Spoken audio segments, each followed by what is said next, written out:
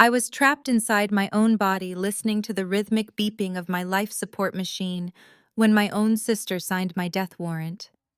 The doctor explicitly told her I still had brain activity and a real chance at recovery, but she coldly insisted it was time to let me go.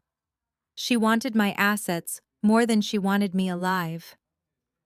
Just minutes before they were scheduled to pull the plug, my eyes snapped open.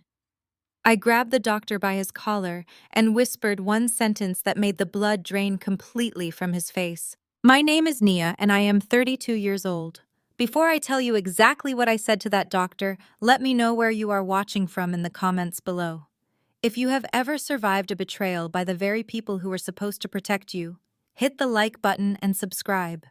You are going to want to hear every single detail of how I took back my life and dismantled my toxic family. To the outside world, I was just a tragic victim of a devastating car crash. But in the cold, sterile room of the intensive care unit, my mind was wide awake. I was locked in a state of paralysis, unable to move a muscle or open my eyes, but my hearing was crystal clear.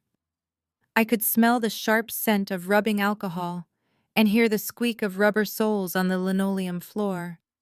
Most importantly, I could hear the hushed conversation happening right at the foot of my hospital bed. Dr. Harrison, a man whose calm voice I had come to recognize over the past week, was trying desperately to reason with my older sister Simone. He was explaining that my latest neurological scans showed promising signs of activity. He said Nia is fighting Simone. We need to give her more time. The swelling in her brain is going down and her vitals are finally stabilizing. But Simone was not having it. My sister, the golden child of our family, the woman who had spent her entire life trying to outshine me, let out a heavy, dramatic sigh.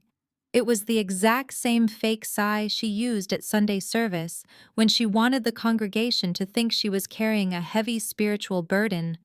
She told the doctor with a perfectly manufactured tremble in her voice that it was cruel to keep me living this way. She claimed I would never want to exist as a burden to my family, and that it was time to make the hard choice and let God take over. I wanted to scream. I wanted to sit up and rip the intravenous tubes out of my arms. A burden. That word echoed in my mind.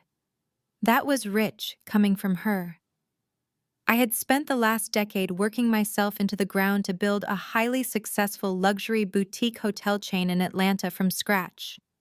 Meanwhile, she played the role of a wealthy socialite with her investment broker husband Bradley. I was the one quietly paying off their debts and maintaining their lifestyle, and now she was playing the grieving sister, ready to cash in on my tragedy. I heard the rustle of thick paperwork. Dr. Harrison hesitated. He told her that as my legal next of kin, she had the right to make the final call, but he strongly advised against withdrawing care so soon.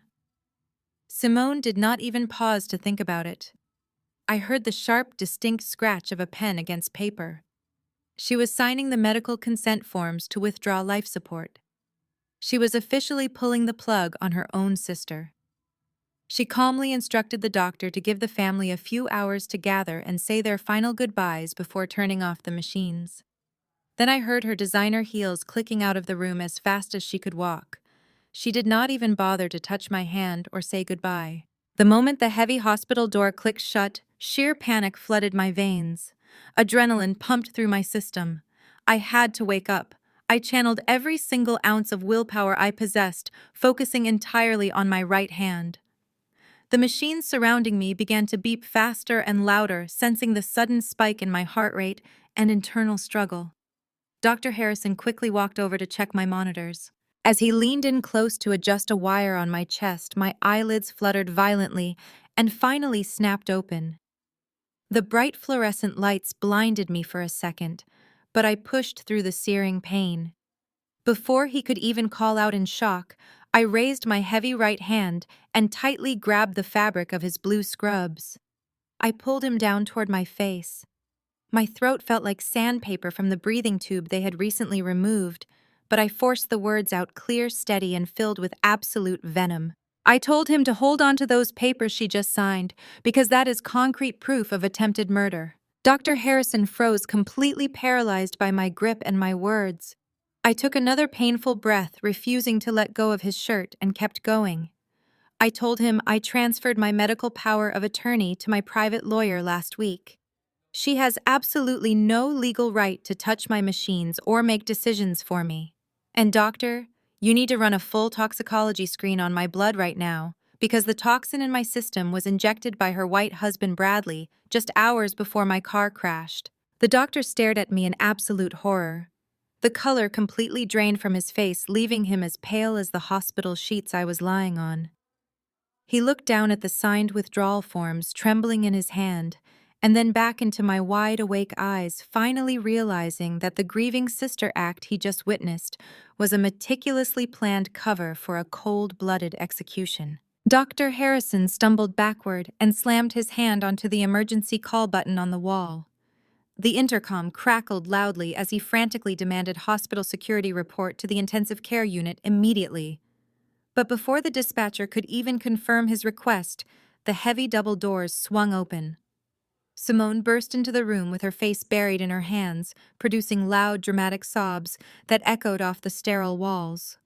Bradley was right behind her, wearing a perfectly tailored navy suit and carrying a steaming cup of expensive artisan coffee. He looked like he was ready to close a corporate merger rather than attend a bedside vigil. They were putting on an award-winning theatrical performance of the grieving family returning to say their final tearful goodbyes to a dying sister. Then Simone lowered her hands to peek at the bed. Her fake cries died instantly in her throat. Bradley stopped dead in his tracks. The ceramic coffee cup slipped right through his fingers and shattered loudly against the linoleum floor, sending hot brown liquid splashing across his polished leather shoes. For a split second, the carefully crafted masks slipped completely off their faces. I saw pure, unadulterated panic flash in Bradley's eyes. He knew exactly what he had slipped into my intravenous bag before the car crash, and he knew I was not supposed to be breathing, let alone staring right back at him with absolute clarity. But Bradley did not become a ruthless millionaire investment broker by freezing under pressure.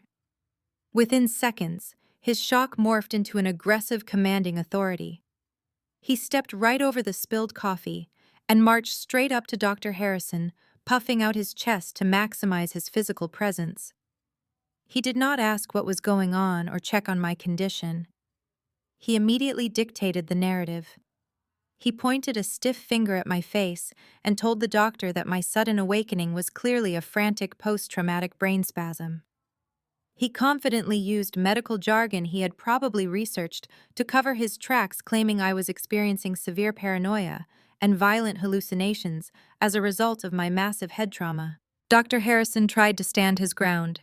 He raised his hands defensively and stated that I was highly lucid and had just made very serious criminal allegations regarding my medical power of attorney and poisoning.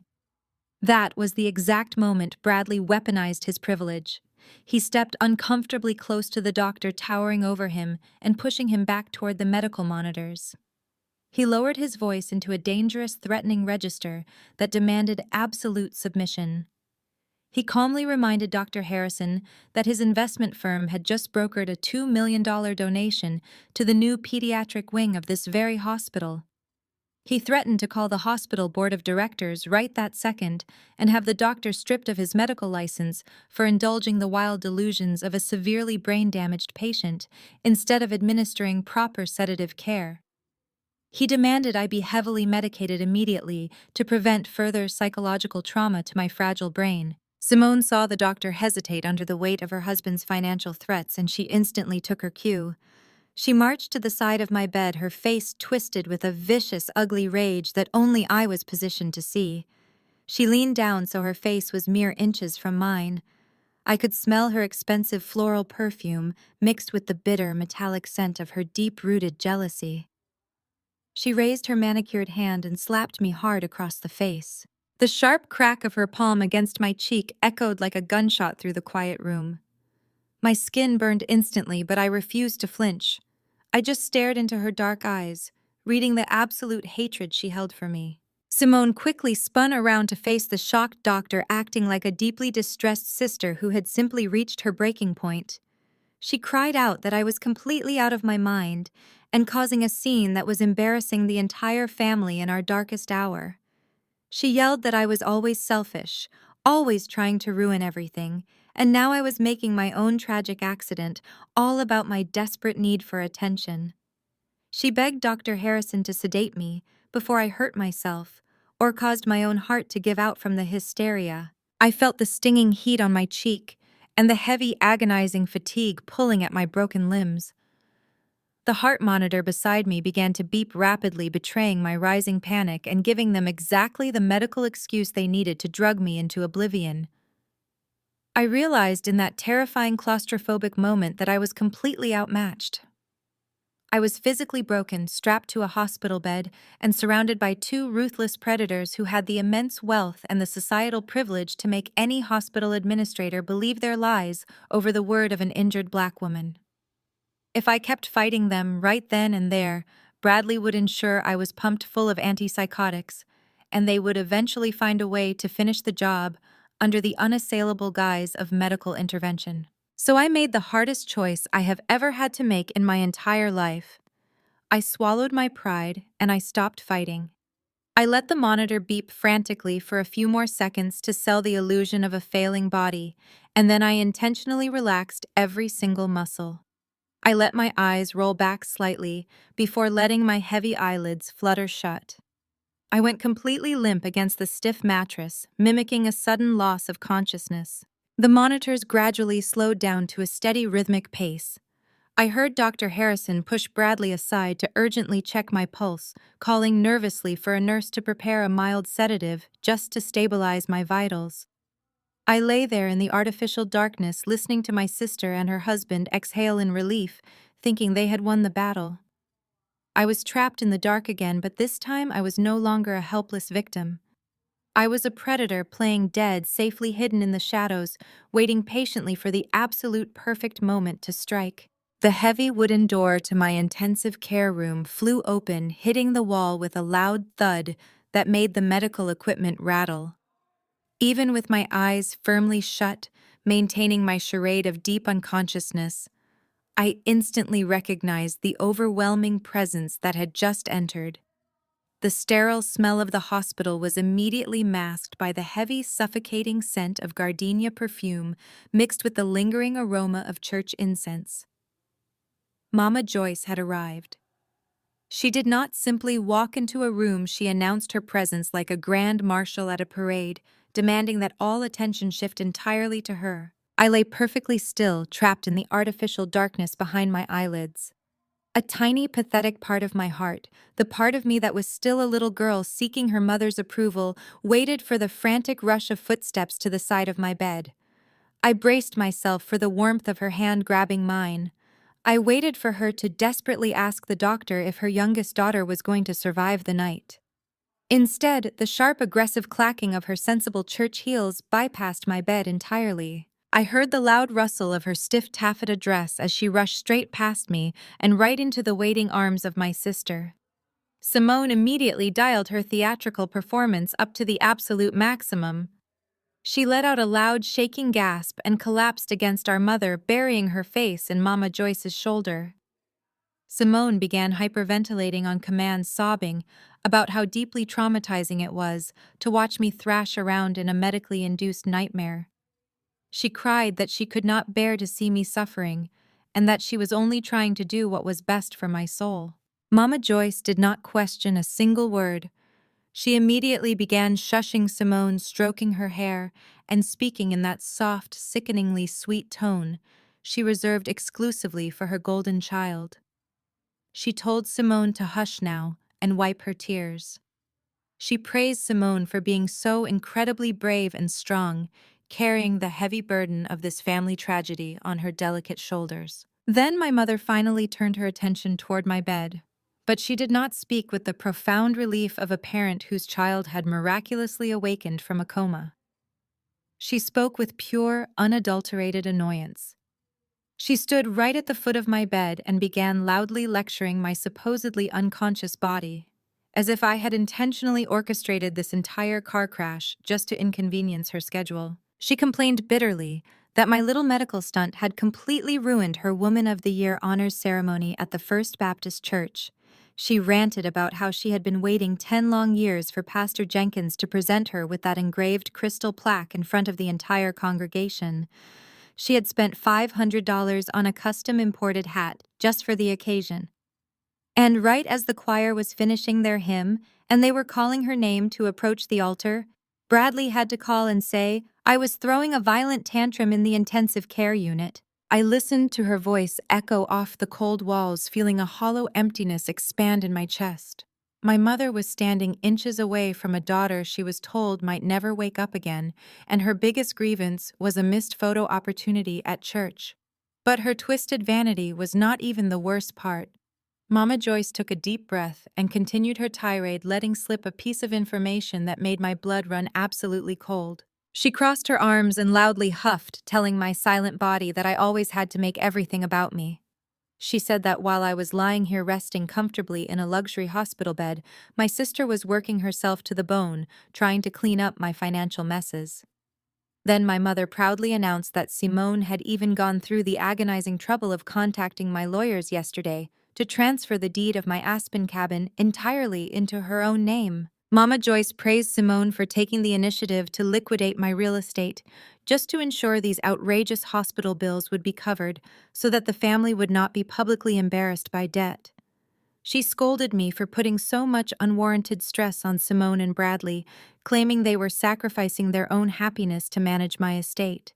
The Aspen cabin. The word slammed into my brain like a physical blow. That cabin was my ultimate sanctuary. It was a massive, beautiful property nestled in the mountains that I had purchased entirely in cash after the wildly successful launch of my very first boutique hotel. It was my proudest achievement, and the one place I went to escape the suffocating demands of this exact family. And Simone had stolen it. She had used the emergency medical power of attorney they forced me to sign before my surgery to quietly transfer my multi-million-dollar real estate directly into her own name under the absolute lie of paying my medical bills. But they did not need a single dime for my hospital care. I had premium platinum health insurance that covered absolutely every single expense down to the very last bandage. They were not trying to save the family from debt. They were systematically bleeding me dry and carving up my assets while my heart was still beating. I heard Bradley step forward, playing his role flawlessly. He placed a gentle hand on my mother's shoulder and used his smooth, persuasive broker voice. He told Mama Joyce that she did not need to worry about a thing because he was handling all the complex legal paperwork to spare the family any further pain. He humbly claimed he was just doing what any good devoted husband would do to support his wife through a devastating family tragedy. Mama Joyce practically melted at his words. She reached up and patted his hand, thanking him for being such a strong, capable provider. She loudly proclaimed that Simone was truly blessed to have found a man of such high caliber, unlike the men I usually associated with. The sheer audacity of his performance, combined with my mother's blind, absolute devotion to him, made me want to vomit.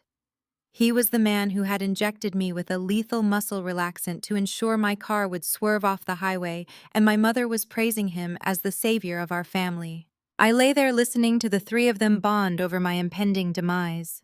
The nurse finally returned to the room, her rubber shoes squeaking against the floor. She quietly administered the mild sedative Dr. Harrison had ordered into my intravenous line. As the cool liquid entered my bloodstream, a heavy artificial lethargy began to pull my mind down into a genuine sleep. But before the darkness fully consumed me, a profound, unbreakable resolve crystallized in my spirit. I finally accepted the devastating truth I had spent my entire life trying to ignore. These people were not my family.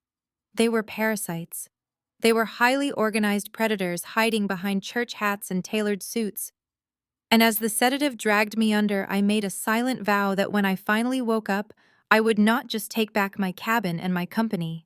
I was going to burn their entire fraudulent world straight to the ground and watch them fight over the ashes. Hours passed in a heavy chemical haze before the sedative finally began to wear off. The bustling daytime noises of the intensive care unit faded into the eerie silence of the midnight shift. The only sounds left were the slow, rhythmic hum of the ventilation system and the steady beeps of the monitors keeping me company in the dark. I was floating in that strange twilight between sleep and wakefulness when the door to my room slowly clicked open. It was not the brisk, confident stride of a night nurse doing rounds.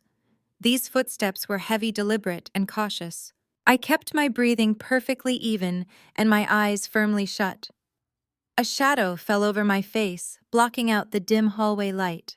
I could smell the sharp, expensive bite of aged scotch mixed with the faint odor of stale cigar smoke. Bradley had returned, and this time he was completely alone. He stood beside my bed in total silence for what felt like an eternity, just watching me. I could feel the heat radiating from his body. Then he leaned in uncomfortably close. His face hovered mere inches from my ear. I could feel his warm, alcohol-laced breath brushing against my skin as he finally spoke. His voice was a low, arrogant whisper completely stripped of the fake concern he had performed for the doctor and my mother. He chuckled a dark, cruel sound that made my stomach turn. He whispered how tragic it was to see the great Nia reduced to this. He mocked me, calling me the fierce, independent businesswoman who thought she was invincible, now lying here completely helpless. He said it was almost poetic that all my hard work and endless hustle were finally going to benefit the people who actually deserved it. He told me I had always been entirely too arrogant for my own good, always parading my success around the family like a trophy while looking down on him and Simone. I focused every ounce of my willpower on keeping my heart rate completely steady on the monitor. If I spiked now, he would know I was awake. I lay there paralyzed by necessity as he continued his twisted midnight confession. Bradley leaned even closer, his voice dripping with venom and desperate pride. He said he was going to tell me a little secret since I was taking it to the grave anyway. He confessed that his perfect investment firm, the one my mother practically worshipped, was completely underwater. He had made a series of catastrophic unauthorized trades over the past 2 years trying to double his money. Instead, he lost everything. But he did not just lose his own money. He told me he was currently $10 million in debt to a ruthless private venture capital fund. These were not the kind of people who sent polite collection notices. These were men who would absolutely destroy his life, his reputation, and potentially his physical safety if he did not pay them back by the end of the month. He let out a shaky breath, betraying the sheer terror hiding beneath his arrogant smirk. But then his voice smoothed out, returning to that smug, sickening confidence. He told me I was his absolute salvation. My car crash was the miracle he had been praying for. He explained exactly how he was going to dismantle my life's work. My boutique hotel chain was currently valued at $15 million. He knew this because he had been secretly tracking my financials through a contact at my bank for months. He whispered that while I was unconscious, he had already initiated a hostile takeover of my assets using the emergency medical power of attorney Simone had tricked the hospital into accepting. But he knew a simple medical proxy was not enough to legally liquidate a corporate entity. So he laid out his masterstroke. He gleefully confessed that he had found a massive legal loophole in my corporate structure. He had hired a corrupt notary public, paying him $50,000 under the table to backdate a series of forged transfer documents. These documents claim that months before my accident, I had signed over the controlling shares of my hotel chain to a shell company Bradley secretly controlled. He told me the paperwork was airtight. By the time I took my last breath, his shell company would officially absorb my $15 million empire. He would sell off my hotels, pay off his $10 million debt to the venture capital fund, and keep the remaining $5 million to fund his lavish lifestyle with my sister. He actually laughed. He patted my cheek with a heavy, condescending hand. He thanked me for being such a hard worker and building such a lucrative portfolio for him to inherit. He whispered that Simone did not even know the full extent of his financial ruin or his intricate plan to steal the hotels. She just thought they were securing the family legacy. He called her beautifully naive and easily manipulated, just like my mother. He boasted that he was the only one in the family smart enough to pull off a move this brilliant. He stood up straight, adjusting his expensive suit jacket. He looked down at me one last time and coldly whispered, "Goodbye, Nia. Sleep well, knowing your empire is in much better hands." Then he turned and walked out of the room, the heavy door clicking shut behind him. The moment I was completely alone, the sheer magnitude of his confession washed over me. Bradley was not just a greedy brother-in-law looking for a quick payout. He was a desperate, cornered animal willing to commit massive corporate fraud, forgery, and murder to save his own skin. He thought he was a mastermind playing a flawless game of chess against an opponent who was already dead. He thought I was permanently trapped in the dark. He had absolutely no idea that he had just handed me the exact blueprint of his own destruction. He had explicitly named the forged documents, the bribed notary, and the $10 million debt to the venture capital fund. He had given me every single piece of the puzzle I needed to completely annihilate him. My blood was boiling with a rage so pure and focused it felt like ice in my veins. The sedative was completely gone now, replaced by a burning adrenaline. I slowly opened my eyes, staring up at the dark ceiling of the hospital room. I did not just want to survive anymore. I wanted to watch Bradley lose everything he had ever valued. I wanted him to feel the exact same helplessness he thought he had forced upon me. I lay there in the quiet darkness, meticulously planning my next move, knowing exactly what I had to do the second the sun came up. The heavy hospital door clicked shut, and the faint sound of Bradley's expensive leather shoes echoed down the hallway until there was nothing left but silence. For a long moment I simply stared at the ceiling, letting the sheer magnitude of his arrogance wash over me. My right hand, which had been resting flat against the crisp white sheets, slowly curled into a tight fist. My nails dug so fiercely into my palm that it almost drew blood. I was no longer a victim trapped in a broken body. I was a woman holding the exact coordinates of my enemy's destruction. A soft scratching sound at the door pulled me from my thoughts. The handle turned with agonizing slowness. I froze, keeping my breathing shallow, just in case Bradley had decided to return for an encore. But instead of a tailored suit, a familiar pair of maroon hospital scrubs slipped through the narrow opening. It was Clara, the head nurse of the intensive care unit. Clara was not just a nurse. She was my line sister from our days at Spelman College. We had crossed the burning sands together over a decade ago, and that bond was something thicker than blood. When they first brought me into this hospital broken and bleeding, Clara was the one who noticed my vitals spiking whenever my family entered the room. She was the one who leaned in close during a midnight shift and whispered to me to squeeze her hand if I could hear her. She was my only ally in a building full of people my family had successfully manipulated. Clara quickly checked the hallway and pushed the heavy door completely shut, engaging the manual deadbolt. She rushed over to my bed, her dark eyes scanning my face with intense concern. She leaned down and asked me in a hushed whisper if he had hurt me. I slowly shook my head. My throat was still raw, but my voice was much stronger now, fueled by pure adrenaline. I told her he did not lay a finger on me because he thought I was already dead. I shifted my weight, ignoring the sharp ache in my ribs, and reached my hand beneath my thin hospital pillow. My fingers brushed against a small, hard rectangular object. I pulled it out into the dim light. It was a high-grade digital micro-recorder. Clara had smuggled it into my room 2 days ago, hidden inside a box of sterile gauze. She knew my family was acting suspiciously, and she wanted me to have a way to protect myself when she was not on shift. The moment I had smelled the sharp bite of Bradley's scotch, I had blindly reached under the pillow and pressed the record button. I held the tiny device out to Clara. I told her we got him. I told her he confessed to absolutely everything from the forged documents to the massive debt he owes a private venture capital fund. Clara's eyes widened. She quickly pulled a sleek encrypted tablet from her oversized scrub pocket. She took the recorder from my trembling hand and connected it to the tablet using a small adapter cable. The screen illuminated her face in a soft blue glow as she accessed the audio files. She tapped the screen, and Bradley's smug, arrogant voice filled the quiet hospital room. We listened to the crisp, clear playback of his midnight confession. We heard him brag about the bribed notary and his grand plan to absorb my $15 million hotel chain. Clara clamped a hand over her mouth, her eyes burning with fierce protective anger. When the recording finished, she looked at me and asked if we should call the police right this second. She said we had enough to put him away for attempted murder and fraud. I shook my head firmly. I told her no.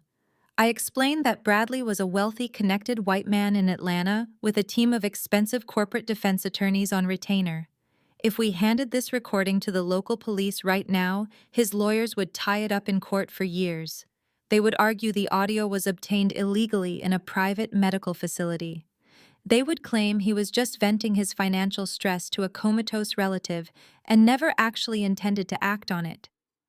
I told Clara I refused to let him slip through the cracks of the justice system with a slap on the wrist. I needed him to execute his plan completely. Clara looked confused for a second before a slow, sharp smile spread across her face. She realized exactly what I was doing. I told her I needed him to take those forged documents and officially file them with the federal bank. The moment he uses fraudulent paperwork to secure capital or transfer assets across state lines, it instantly becomes a federal crime. I did not want him dealing with local detectives. I wanted him facing the Federal Bureau of Investigation. But to make that happen, I had to stay dead to the world just a little bit longer. Clara nodded in absolute agreement. Her fingers flew across the tablet screen. She rapidly uploaded the audio file to a secure offshore cloud server that my tech team had built for my corporate data. Once the upload reached 100%, she wiped the micro recorder completely clean and slipped it back into her pocket. The evidence was now untouchable, backed up on servers Bradley could never reach. Then Clara pulled up my official medical chart. She looked at me with a deadly serious expression and told me she was going to alter my daily progress reports. She would officially document my condition as minimally responsive with severe cognitive delays. This would keep Dr. Harrison from rushing my recovery process, and it would give my family the false confidence they needed to move forward with their hostile takeover. I thanked her, telling her I owed her my life. She gently squeezed my hand and replied that sisterhood meant showing up when it actually mattered, unlike the people sharing my DNA. Before Clara unlocked the door to resume her rounds, I gave her one final crucial task. I recited a private, unlisted phone number from memory. I told her she needed to call that number at dawn and ask for a woman named Evelyn. Evelyn was my real attorney, the one who managed my private, irrevocable trusts, the assets my family had absolutely no idea existed. I instructed Clara to tell Evelyn that the contingency plan was officially active and to prepare the federal bear trap. As Clara slipped out of the room, quietly locking the door behind her, I settled back into the hospital pillows. The physical pain in my body was entirely overshadowed by the brilliant clarity of my mission. Bradley thought he had found a legal loophole to steal my empire. He had no idea he was about to step into a financial minefield I had designed years ago, just in case my toxic family ever tried to cross the line. The game was officially on. The next 2 weeks were an absolute masterclass in deception. When the sun was up, I was the perfect broken victim. I stared blankly at the beige hospital walls, letting my jaw hang slightly slack. When Dr. Harrison visited during his morning rounds and asked me simple questions like what day it was or if I knew my own name, I would slowly blink and stammer out confused, fragmented syllables. I watched the profound pity pool in his eyes as he documented my severe cognitive delays, exactly as Clara had strategically suggested he do in my chart. But the real performance, the one that required every ounce of my self-control, was for my family. Mama Joyce visited every other afternoon, loudly complaining about the exorbitant price of hospital parking and how the cafeteria food was aggravating her blood pressure. She would stand at the foot of my bed, talking about me as if I was already a ghost. She would put her church friends on speakerphone, loudly declaring that the Lord was testing her faith by burdening her with a daughter who had permanent brain damage. Simone would sit in the vinyl guest chair in the corner, filing her nails and sighing heavily, checking her designer watch every 5 minutes. She did not even bother to fake cry anymore now that she firmly believed my mind was permanently erased. And Bradley was a sight to behold. He practically floated into my hospital room, smelling of expensive imported cologne and misplaced victory. He would stand by my side and speak in a sickeningly sweet voice whenever the nurses were present, but the moment the door clicked shut, his mask vanished. He would softly pat my hand and arrogant whisper updates about his hostile takeover. He told me the backdated notary documents had just cleared the first major hurdle at the state registry. He was so blindingly arrogant, so deeply convinced of his own superior intellect, that he never noticed the absolute deadly focus in my eyes when he turned his back. The moment visiting hours ended and the overhead lights dimmed, the quiet hospital ward became my war room. Clara would quietly slip into my room during her graveyard shift, carrying a sleek silver laptop hidden seamlessly under a stack of fresh thermal blankets. She would pull the privacy curtain tight, lock the heavy door, and hand me the machine. I completely ignored the throbbing pain in my fractured ribs and the heavy cast binding my left leg. My fingers flew across the keyboard, fueled by a cold, calculating rage that burned hotter than any fever. My first move was contacting Evelyn. She was not just my attorney, she was a ruthless legal shark in a tailored suit who managed the complex web of my private finances. I sent her a fully encrypted message using the secure offshore server Clara and I had established. I told her the absolute worst-case scenario contingency protocols were now active, and I needed a completely untraceable phone call at exactly 2 in the morning. When the time came, Clara handed me an untraceable burner phone. Evelyn answered on the very first ring. I kept my voice to a sharp, raspy whisper detailing every single thing Bradley had confessed to in the dark. I told her about his $10 million debt to the ruthless venture capital fund, the corrupt bribed notary, and his grand plan to legally absorb my $15 million boutique hotel chain into a shell company he controlled. Evelyn did not panic. Instead, she laughed, a low, dangerous sound that echoed smoothly through the phone receiver. She reminded me of the brilliant financial failsafe we had built into my corporate structure 3 years ago, just in case my greedy family ever tried to cross the line. On paper, public state records showed a holding company carrying my name. But that company was a total ghost. It was a dummy corporation holding zero actual capital and zero real estate. My real empire, the luxury hotels, the prime real estate deeds, the massive cash reserves, was securely locked away inside an impenetrable, irrevocable blind trust that I did not even technically own on paper. I instructed Evelyn to let Bradley take the bait. We were not going to stop him from filing those forged documents. In fact, we were going to silently grease the wheels and open the doors for him. I wanted his shell company to successfully absorb the dummy corporation. I wanted him to walk confidently into a federally insured bank, present those forged documents, and use my fake assets as collateral to secure a massive real-world loan to pay off his dangerous venture capital debt. Evelyn understood the assignment immediately. The moment Bradley signed his name on those bank loan documents using forged corporate papers to secure capital, he was no longer committing state-level white-collar crime. He was committing federal bank fraud. He was walking straight into a mandatory minimum federal prison sentence, and we were going to personally hand him the pen to sign his own life away. For 14 grueling nights, I lived a dangerous double life. By day, I was a drooling tragedy, requiring assistance just to drink water. By night, I was a corporate sniper, tracking every single move my arrogant brother-in-law made. Evelyn hacked into the public registry and quietly monitored the progress of his fraudulent filings. We watched him confidently move the chess pieces exactly where we wanted them. He officially transferred the title of my Aspen cabin. He submitted the hostile takeover paperwork. He walked right into the federal bear trap with a massive victorious smile on his face. Finally, the day of my hospital discharge arrived. Dr. Harrison signed my release papers with a heavy, heartbroken sigh, advising my family that I would need round-the-clock physical care and extensive cognitive therapy for the rest of my life. Simone pushed my wheelchair out the double doors of the hospital, acting the part of the weary but fiercely devoted sister for the watching medical staff. Bradley loaded me into the back of his luxury SUV, handling me like a fragile piece of broken glass that he owned. They were taking me straight to Mama Joyce's house. It was Sunday, and in our family Sunday dinner was an absolute mandatory event no matter the circumstances. Mama Joyce had insisted on hosting a welcome home meal, ostensibly to pray for my non-existent recovery, but secretly to celebrate their impending massive financial windfall.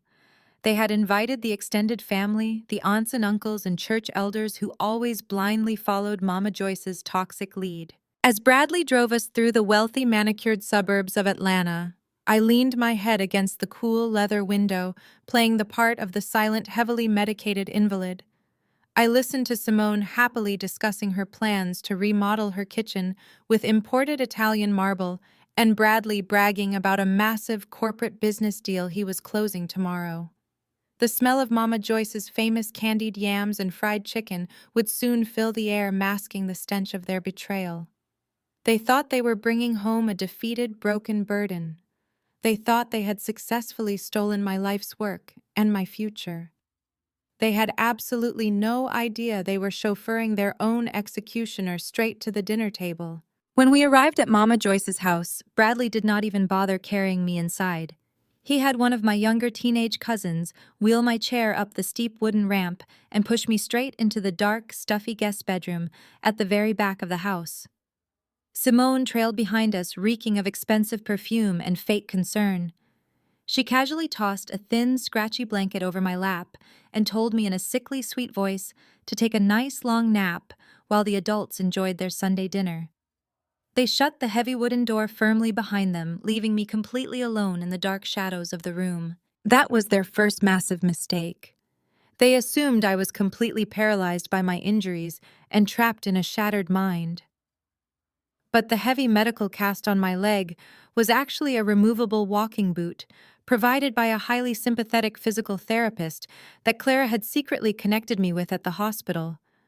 And tucked discreetly beneath the bulky, oversized hospital sweater I was wearing was a sleek garment bag. My attorney Evelyn had managed to sneak it into the house earlier that morning, bribing a catering delivery boy to stash it in the back closet. The moment the door clicked shut, I threw off the blanket and stood up. The pain in my fractured ribs was a dull, persistent ache, but it was easily ignored by the rushing, thrilling wave of adrenaline flooding my veins. I unstrapped the heavy medical boot from my leg and stepped into a pair of sharp white stiletto heels. I quickly peeled off the depressing gray hospital clothes, tossing them onto the floor like shed skin. I unzipped the garment bag and slipped into the flawless, tailored white power suit Evelyn had brought me. It fit perfectly, acting as my armor for the war I was about to wage. I brushed out my hair, applied a bold slash of crimson lipstick, and stared at my reflection in the dusty mirror of the guest room. The broken, tragic victim was officially dead. The corporate sniper had returned.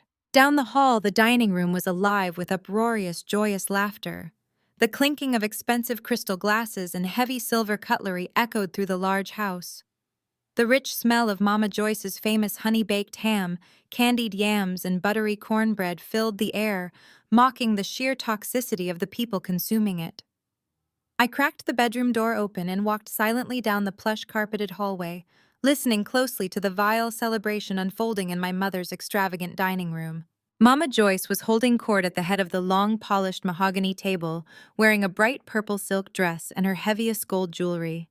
I could hear her loud, booming voice praising the Lord for Bradley's incredible business acumen. She proudly announced to my aunts, uncles, and a few high-ranking church elders that Bradley had miraculously salvaged my failing hotel investments, saving the entire family from utter financial ruin and public embarrassment. The entire table erupted into polite, enthusiastic applause. Then I heard Bradley stand up. His chair scraped loudly against the hardwood floor. His voice dripped with that familiar, arrogant slime I had come to despise. He confidently raised his glass and thanked Mama Joyce for her unwavering support during this devastating family tragedy. He proposed a toast to new beginnings, massive financial returns, and the enduring strength of family loyalty. I did not wait for them to take a single sip of their expensive champagne. I reached out and pushed the heavy oak double doors to the dining room wide open. The brass hinges groaned loudly, cutting right through the ambient noise of the dinner party like a knife. I stepped over the threshold and walked directly into the warm, glowing light of the crystal chandelier. My bright white suit caught the light, making me impossible to ignore. I kept my posture impossibly straight, my shoulders pulled back and my chin held high. My white stiletto heels clicked with sharp rhythmic authority against the hardwood floor, echoing like gunshots in the sudden quiet. I walked right past the antique buffet table, completely ignoring the spread of food, and stopped at the very foot of the dining table, directly opposite Mama Joyce. The transformation in the room was instantaneous and absolutely terrifying to witness. The uproarious laughter died instantly in their throats. The clinking of silverware stopped completely. A dead, heavy silence fell over the massive room like a suffocating lead blanket. Every single pair of eyes locked onto me in pure, unadulterated shock. My Aunt Pearl actually dropped her silver fork onto her porcelain plate with a loud, crashing clatter. Uncle George, who had been chewing a piece of ham, froze with his mouth wide open. Simone, who had been mid-laugh with her glass of champagne hovering near her lips, turned completely pale. Her eyes, wide and terrified, frantically scanned my body, looking for the wheelchair, looking for the drooling invalid she had just dumped in the back room like garbage. Instead, she saw a fiercely lucid, powerful woman, radiating pure dominance. Bradley was still standing at his chair, holding his crystal glass suspended in the air. The smug, confident smile had melted right off his face, replaced by a look of sheer panicked confusion. He blinked rapidly, shaking his head slightly, as if his brain was violently rejecting the image standing right in front of him. He looked like a man who had just seen a ghost walk out of a grave he had dug himself. I looked slowly around the silent table, making deliberate, searing eye contact with every single extended family member who had blindly swallowed their lies without ever bothering to check on me. Finally, I rested my cold gaze on my mother.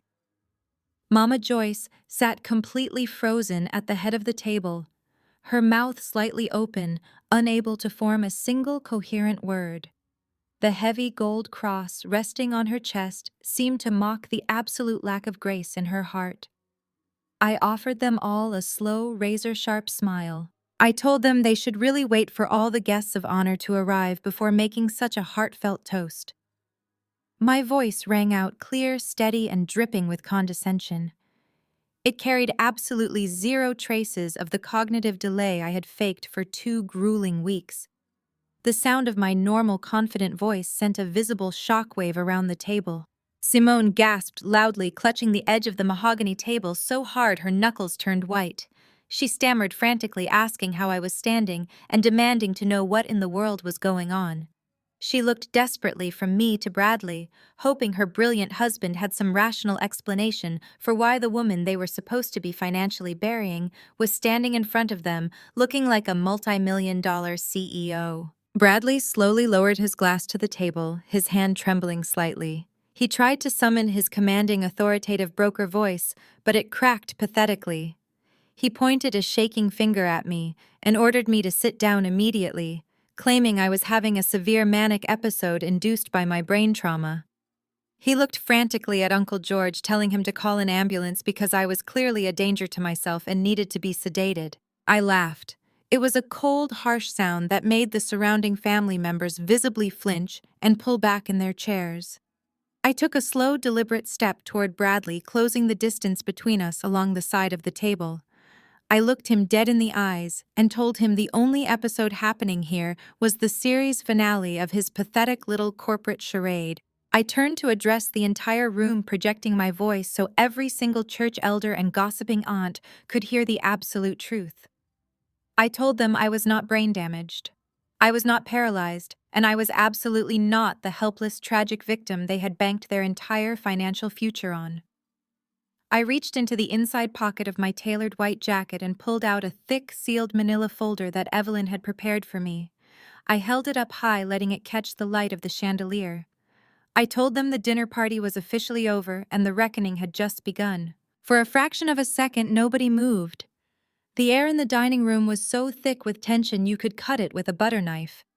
I watched the eyes of my extended family dart nervously around the table. My gaze swept across their frozen faces, taking in the forced fake smiles that had completely melted away into sheer panic. Uncle George was suddenly sweating profusely. Aunt Pearl was staring at her plate like it held the secrets of the universe. Mama Joyce was clutching her linen napkin so hard her knuckles were stark white. But my eyes stopped abruptly on the manicured hand of my sister. Simone was not going to back down. She had spent her entire life believing she was inherently superior to me, and she was not about to let a tailored white suit shatter her carefully constructed reality. She shook her head, letting out a harsh, condescending scoff that broke the heavy silence. She quickly regained her haughty composure, deciding right then and there that I was bluffing. She firmly believed that I was just a desperate brain-damaged woman trying to put on a brave face with fake printed documents. Simone reached into the oversized designer tote bag hanging on the back of her chair. She aggressively pulled out a crisp white document and slammed it down right in the middle of Mama Joyce's pristine lace tablecloth, dangerously close to the crystal gravy boat. She looked at me with pure venom in her eyes and told me I could stand there in my little designer suit and wave around whatever fake legal papers I printed off the internet. But I was completely delusional. Her voice echoed loudly against the chandelier. She pointed a sharp acrylic nail at the paper on the table and loudly declared that my luxury penthouse was no longer mine. She informed the entire room that Bradley had officially taken over the management of my estate and he had already collateralized my $3.5 million condo. Simone proudly announced that my so-called successful hotel chain was actually bleeding money and on the verge of total bankruptcy. She claimed Bradley had to heroically step in, use his executive power of attorney, and leverage my real estate just to secure the capital needed to save the family from my massive financial failures. She crossed her arms over her chest and told me she was entirely done pretending to care about my fragile state of mind. She coldly demanded that I go back to that penthouse, pack my bags, and move out tonight. She told me I could take my clothes and my cheap shoes, but the furniture and the artwork belonged to the estate now. Bradley, who had been practically hyperventilating just moments ago, suddenly found his courage again. Watching his wife go on the attack gave him the false confidence he desperately needed to maintain his alpha male facade. He adjusted his expensive silk tie and took a step forward, trying to physically intimidate me by invading my personal space. He stood tall, puffing out his chest, and used his smooth, persuasive broker voice to back up his wife. He told me I should really be on my knees thanking him for cleaning up my disastrous financial mess. He confidently stated that the bank had already approved the loan against the penthouse, and the funds were currently being used to stabilize my failing business. He leaned in close enough for me to smell the stale alcohol on his breath and warned me not to fight this. He told me he had a team of top-tier corporate lawyers on retainer who would happily drag me into court and have me permanently committed to a psychiatric facility for my own safety if I tried to cause any legal trouble. I did not back away from him. I stood my ground, refusing to let his physical presence make me feel small ever again.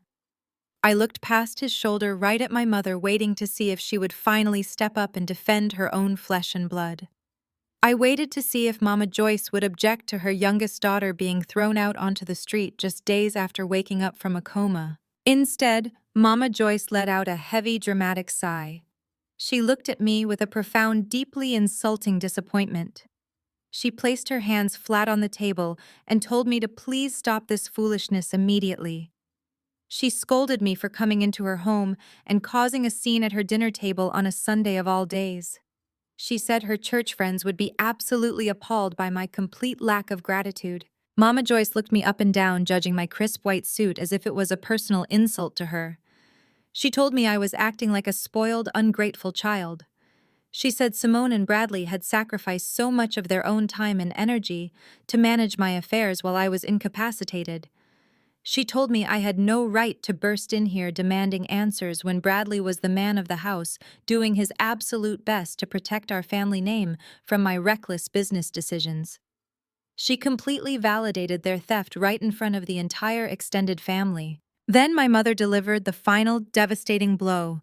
She pointed toward the front door and told me to listen to my sister. She said I needed to leave her house right now, go pack a small bag, and they would kindly call an Uber to take me to a cheap motel until I could figure out what to do with my life.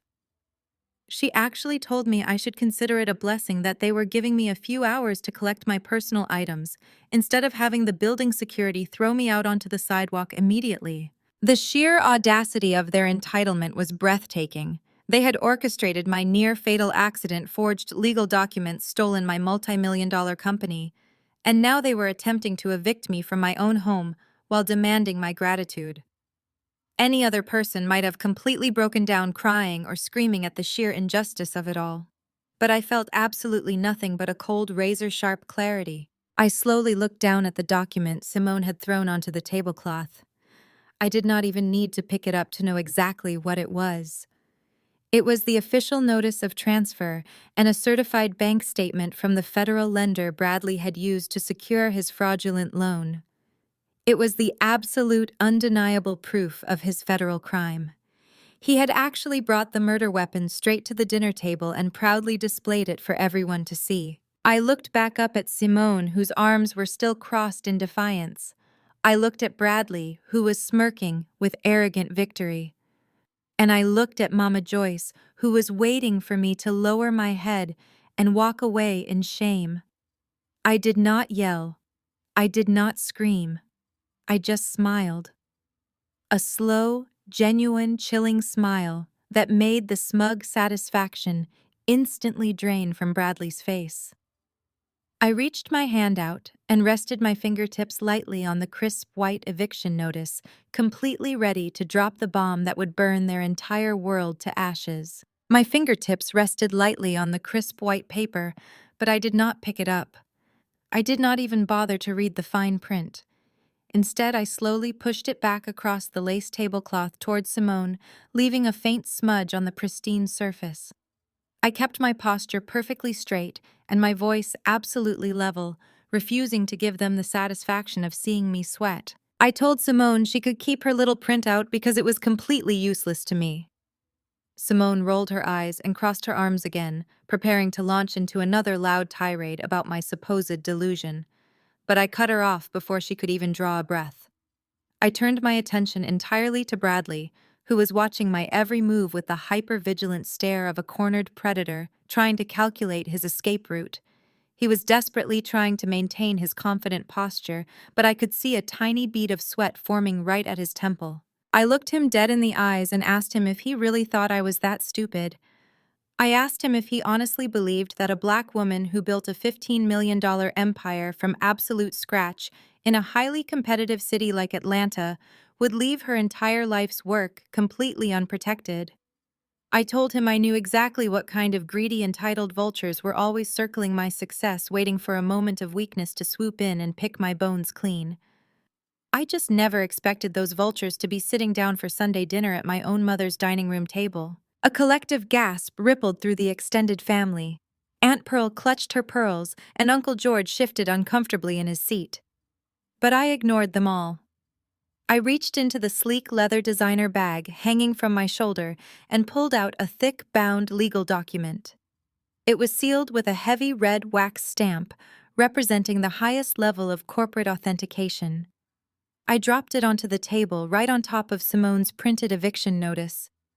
The heavy thud made the crystal gravy boat rattle and the champagne in their glasses tremble. I told Bradley to go ahead and open it. I told him he might want to read the actual authentic paperwork before he started bragging to his entire extended family about his brilliant hostile takeover. Bradley hesitated. His eyes darted nervously from my face to the heavy document resting on the table. He did not want to touch it. His instincts were screaming at him that the file was a trap, but his massive ego would not allow him to back down in front of an audience. Uncle George nudged him, urging him to just open the file, prove me wrong and get this over with so they could finish their meal. Bradley slowly reached out with a trembling hand and flipped open the heavy cardstock cover. His eyes scanned the first page. I watched the exact moment his entire world stopped spinning.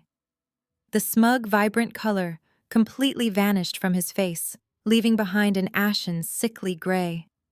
His breathing hitched in his throat, and his pupils dilated in pure, unadulterated terror. He quickly flipped to the second page, and then the third, his hands shaking so violently that the thick paper audibly rattled. I decided to explain it loudly so the rest of the family could understand exactly what was happening right in front of them. I told them that the transfer documents Bradley had practically forced me to sign while I was heavily sedated and fighting for my life in the intensive care unit were entirely legally binding. I told them he had indeed used my medical emergency to transfer ownership of a corporate entity bearing my name. I even offered him a slow mocking round of applause, congratulating him on successfully stealing a holding company. Simone looked confused, her brow furrowed as she looked from my clapping hands to her husband's pale face. She demanded to know what a holding company meant and why Bradley looked like he was about to pass out. I dropped the bomb with absolute surgical precision. I told her that the holding company her husband just spent $50,000 bribing a corrupt notary to acquire was a complete ghost. I explained that it was a dummy corporation I had set up years ago solely for administrative routing. It held absolutely zero capital. It held zero real estate. It did not own the $15 million boutique hotel chain, and it certainly did not own the $3.5 million penthouse he just tried to kick me out of. Simone's jaw dropped. She slammed her hand flat on the mahogany table, causing her rings to clatter against the wood. She screamed that I was lying. She yelled that Bradley had seen my bank statements and tracked my assets for months. She snatched the file out of Bradley's trembling hands and tried to read the complex legal jargon herself. But her eyes just darted wildly over the pages, unable to comprehend the corporate trap she was staring at. I kept my voice perfectly calm as I delivered the final crushing blow to their reality. I told them that my real empire, every single hotel property, every corporate bank account, and the deed to my luxury penthouse were placed inside an impenetrable, irrevocable blind trust over 3 years ago. I explained that an irrevocable trust is a legally binding fortress. Once the assets go inside, not even I have the legal power to easily transfer them to a third party on a whim.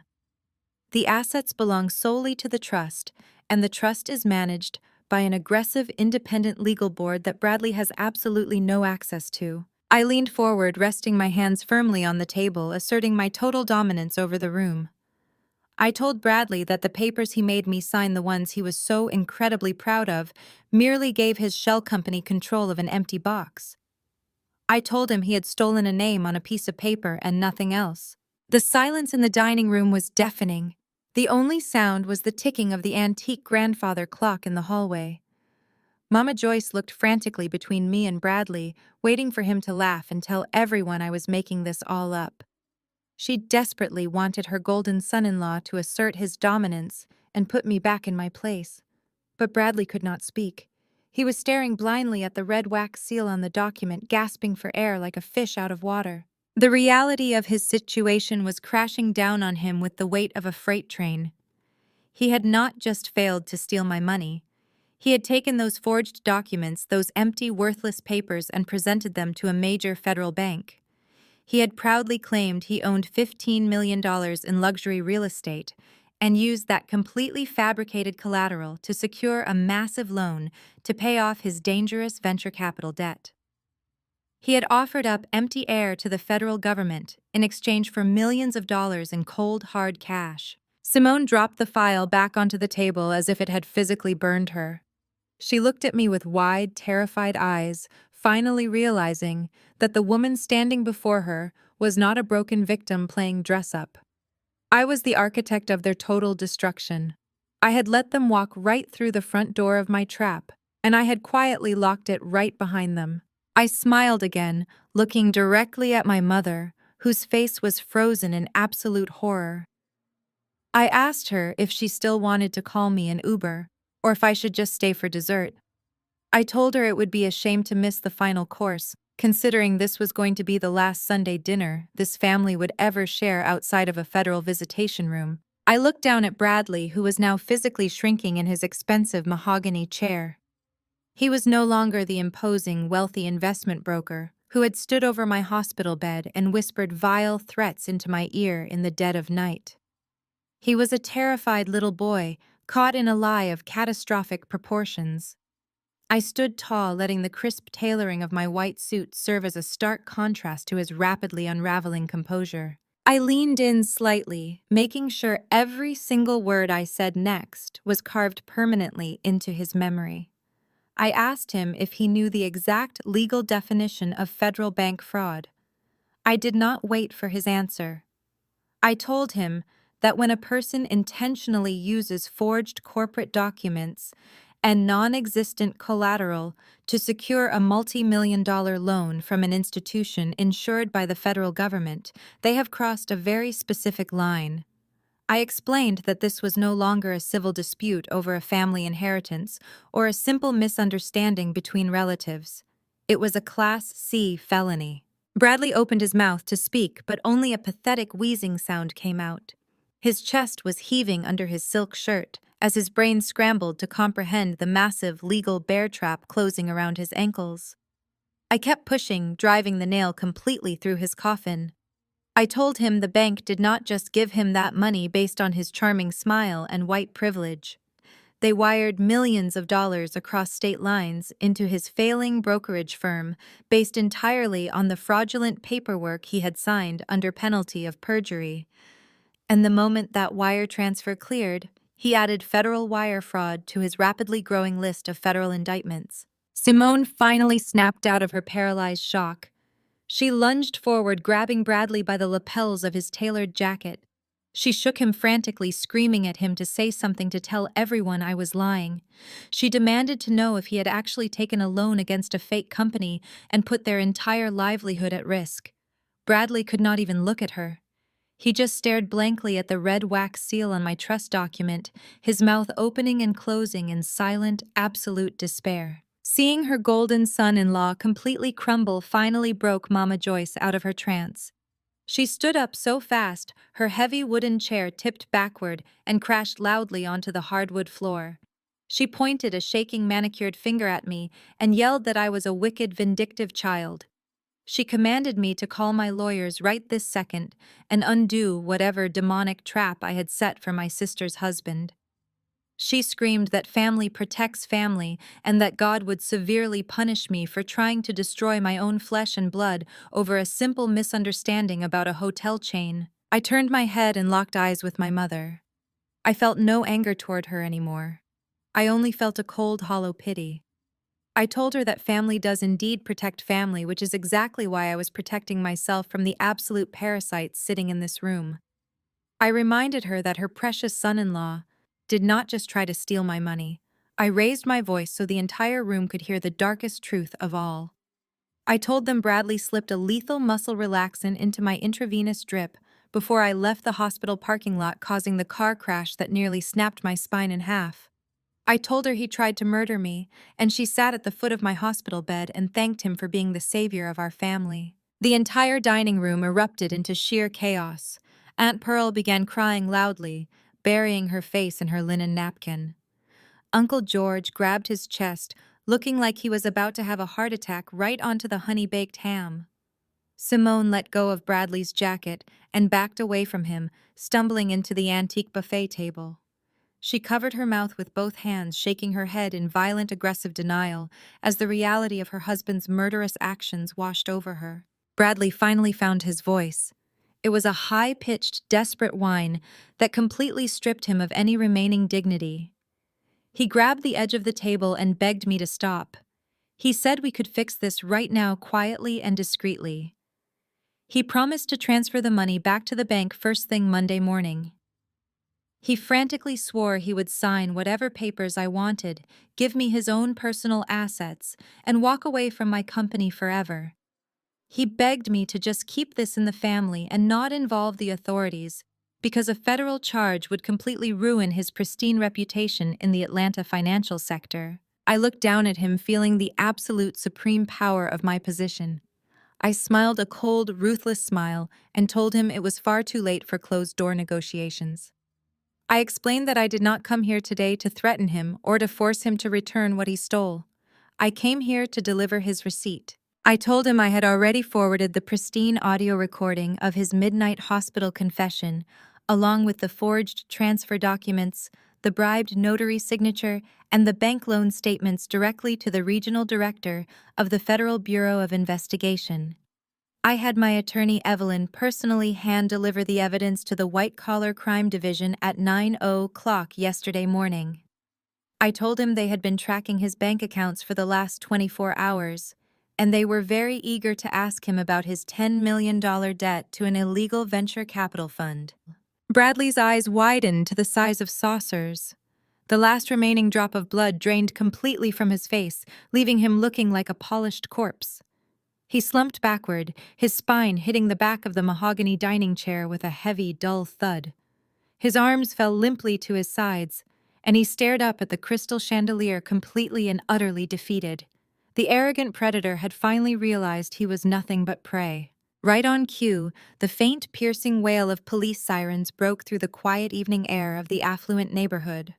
It started as a distant hum, but grew rapidly louder and more distinct with every passing second echoing through the manicured streets. The flashing red and blue lights began to reflect aggressively through the sheer curtains of Mama Joyce's large bay windows, painting the shocked, terrified faces of my family in alternating colors of absolute panic. I stepped back from the table, smoothly adjusting the lapels of my crisp white suit. I looked at the incredible feast laid out before them, the expensive champagne, the fine china, the perfectly roasted meats. It was a banquet meticulously designed to celebrate my total destruction.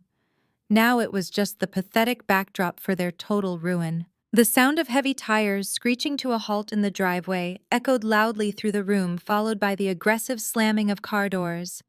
Heavy, rapid footsteps began pounding up the front porch steps, signaling the end of Bradley's freedom and the absolute destruction of Mama Joyce's precious public image.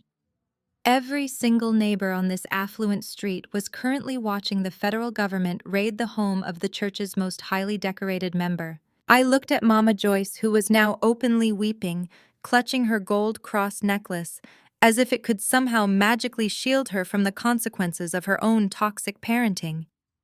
I looked at Simone, who was pressed against the wall, looking at her husband like he was a monster she had never met before.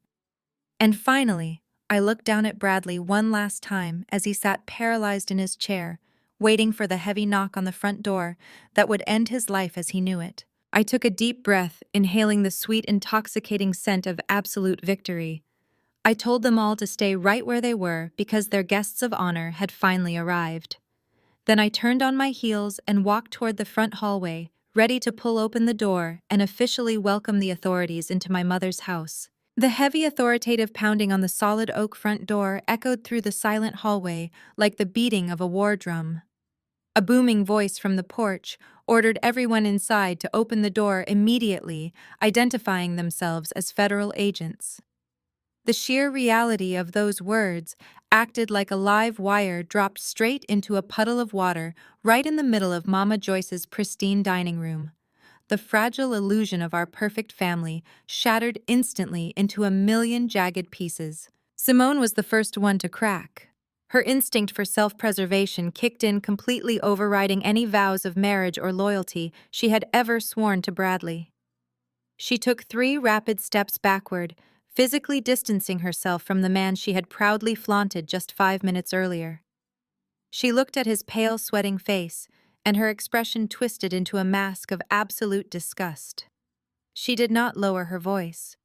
She wanted the federal agent standing on the porch to hear her performance loud and clear. She began screaming at the top of her lungs, pointing a shaking acrylic nail directly at Bradley's chest. She declared that he was a monster and a compulsive liar. She told the entire room that she had absolutely no idea he was committing federal fraud or forging corporate documents. She claimed she was just a devoted, supportive wife who blindly trusted her husband to manage their finances. She cried out that he had manipulated her, used her good name, and put her precious mother's stellar reputation in the church at severe risk for his own selfish greed. Simone was desperately trying to build her legal defense right there on the Persian rug. She looked frantically at Aunt Pearl and Uncle George, begging them to act as character witnesses for her. She sobbed that she was an innocent victim of a manipulative sociopath and that she would never do anything to jeopardize her family or her standing in the community. She was entirely willing to feed Bradley to the wolves if it meant she could walk away with her pristine image completely intact. She actually yelled toward the front door, declaring her innocence to the agents waiting outside. Bradley stared at his wife as she loudly threw him under the bus. The shock on his face rapidly hardened into something incredibly dark and deeply vicious. He was a cornered animal facing decades in a federal penitentiary, and he was absolutely not going to go down alone. He let out a harsh, bitter laugh that cut right through Simone's theatrical sobbing. The sound was so completely unhinged that it made the hair on the back of my neck stand up. The polished investment broker was gone, replaced by a venomous, desperate man ready to destroy anyone in his path. He lunged forward, closing the distance between them, and grabbed Simone roughly by the arm. She shrieked, trying to pull away, but his grip was like a steel vice. He leaned into her face, his voice dripping with pure, malicious venom.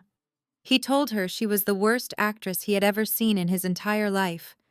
He mocked her innocent church girl routine, asking her if she was going to tell the Federal Bureau of Investigation about her little pharmaceutical experiment, or if he should do the honors of explaining exactly how my car ended up wrapped around a concrete barrier. Simone froze completely. The fake tears instantly dried up, leaving her eyes wide with genuine, paralyzing terror. She desperately tried to shush him, shaking her head in tiny, frantic movements, but the dam had already broken. Bradley turned his head and projected his voice, making sure every single person in the room heard the absolute truth. He told the family that he might have forged the paperwork, but Simone was the one who handed him the keys to the kingdom. He explicitly revealed that on the morning of my car crash, Simone was the one who crushed up 3 highly potent muscle relaxants and dissolved them into my favorite sports water bottle. He said she handed it to me with a bright, loving smile right before I got behind the wheel of my car to drive on the interstate. He spat the words out like poison, detailing how Simone had meticulously planned the dosage. She knew it would not kill me instantly, but it would cause me to lose consciousness while driving at highway speeds, guaranteeing a catastrophic accident. She was the one who wanted a closed-casket funeral so she could play the grieving sister and inherit my empire without getting her own hands completely dirty. He laughed again, a cruel barking sound, telling her she was going down for attempted premeditated murder. He proudly announced that he had kept every single text message she sent him planning the attack, and he was going to happily provide them to the federal prosecutors in exchange for a lighter sentence. The sound that came out of Mama Joyce's mouth was not a scream. It was a guttural, agonizing wheeze of a woman watching her entire universe violently implode. She stumbled backward, her knees buckling beneath her heavy purple silk dress. She crashed heavily into the antique buffet table, sending a silver platter of deviled eggs crashing to the hardwood floor. She clutched the fabric of her dress right over her heart, gasping desperately for air as the room spun around her. Her golden child, the daughter she had placed on a pedestal her entire life, the woman she had proudly praised in front of her congregation just hours ago, was not just a thief. She was a cold-blooded attempted murderer. Mama Joyce looked at Simone with a horrified, shattered expression. She tried to speak to ask Simone to deny the horrific accusations, but no words came out. The sheer stress of the revelation, coupled with the flashing police lights illuminating the room, was physically breaking her down. The pristine image she had sacrificed my entire childhood to protect was dead. Simone did not even look at our mother to offer comfort or denial. She was too busy screaming furiously at Bradley, calling him a deadbeat failure who could not even execute a simple hostile takeover without ruining both of their lives. They were physically tearing each other apart right in the middle of the dining room. They were 2 vicious dogs locked in a cage, fighting over a scrap of meat, completely oblivious to the fact that the cage was currently being loaded into a federal transport vehicle. I stood completely still by the arched entryway of the hallway, watching them destroy each other. I did not need to raise my voice. I did not need to hurl insults or seek any further revenge. My toxic family was doing all the dirty work for me. They were shredding their own legacy, exposing their darkest secrets, and confirming every single suspicion I ever had about their complete lack of morality. It was a chaotic, beautiful symphony of pure karma unfolding right before my eyes. The federal agents pounded on the door again, this time demanding entry with a much sharper sense of urgency. The heavy brass doorknob rattled as someone on the porch tested the lock. I took one final look at the absolute chaos in the dining room. Aunt Pearl was dialing for paramedics for Mama Joyce, who was now slumped against the wall, hyperventilating. Uncle George was simply staring at his plate, paralyzed by fear. Bradley and Simone were screaming directly into each other's faces, hurling threats of prison time and financial ruin while physically shoving each other. I turned my back on all of them. I smoothed out the lapels of my white suit, took a deep breath of the cool air seeping through the door frame, and reached out to turn the heavy brass lock. I pulled the front door wide open, stepping aside to welcome the swarm of dark federal windbreakers into the house. The reckoning was no longer just a threat hanging in the air. It was officially standing in our living room. The morning sun was reflecting blindingly off the glass skyscrapers of downtown Atlanta, but the atmosphere inside the sleek high-rise building was absolutely ice cold. My sharp black stiletto heels clicked rhythmically against the imported marble floors of the lobby. I was wearing a meticulously tailored pitch-black suit. It was the exact color of a funeral because that was precisely what I was attending today. I was here to bury the last remaining shreds of my brother-in-law's career. I did not come alone. Walking seamlessly in step beside me was my attorney Evelyn, looking like a corporate assassin in a dark navy dress and carrying a thick leather briefcase. Flanking us were two massive security contractors Evelyn had hired for the morning. When the receptionist at the front desk of Bradley's brokerage firm stood up to protest our arrival, Evelyn simply flashed a pristine legal document bound in a blue cover. The receptionist took one look at the federal seal on the paper and instantly sat back down, picking up her desk phone with trembling hands. We did not even break our stride. We approached the heavy frosted glass doors of the executive boardroom. Through the transparent gaps in the glass, I could see exactly what was happening inside. Bradley was pacing frantically at the front of the massive oak conference table. His expensive corporate defense attorney had miraculously managed to keep him out of a federal holding cell last night, arguing that he was not a flight risk while the formal indictment was being processed. That gave Bradley a narrow 24-hour window of freedom. And like the desperate cornered rat he was using that exact window to try and rob his own company blind. He had called an emergency mandatory board meeting for 8 o'clock on a Monday morning. The senior partners and board members were sitting around the table looking utterly exhausted and deeply confused, holding cups of coffee and staring at the frantic man at the front of the room. Bradley looked completely unhinged. He was wearing the exact same suit he had worn to Sunday dinner, only now it was heavily wrinkled. His tie was loosened, his collar was unbuttoned, and his eyes were bloodshot and wild. He was sweating profusely, wiping his forehead with the back of his trembling hand as he barked desperate orders at the room. I paused right outside the glass doors, listening to his frantic pitch. Bradley was currently begging the board of directors to authorize an immediate emergency liquidation of all the firm's Tier 1 liquid assets. He was frantically lying to them, claiming he had received inside intelligence about a catastrophic market crash hitting the Asian markets by noon. He insisted they needed to wire all available capital into a secure offshore holding account immediately to protect their investors. He was literally trying to steal millions of dollars from his own partners so he could flee the country before the FBI officially froze his corporate accounts. I reached out and pushed the heavy glass doors wide open. They swung inward with a smooth, expensive silence, but my entrance hit the room like a physical shockwave. Bradley froze mid-sentence. His mouth hung open and his bloodshot eyes bulged out of his head. The frantic pacing stopped instantly. Every single board member turned in their heavy leather chairs to stare at the uninvited guests walking into their highly restricted meeting. I did not say a single word. I walked with absolute dominant purpose straight down the length of the conference room. I ignored the shocked murmurs of the senior partners. I kept my eyes locked entirely on Bradley, who was physically shrinking backward against the digital presentation board with every step I took.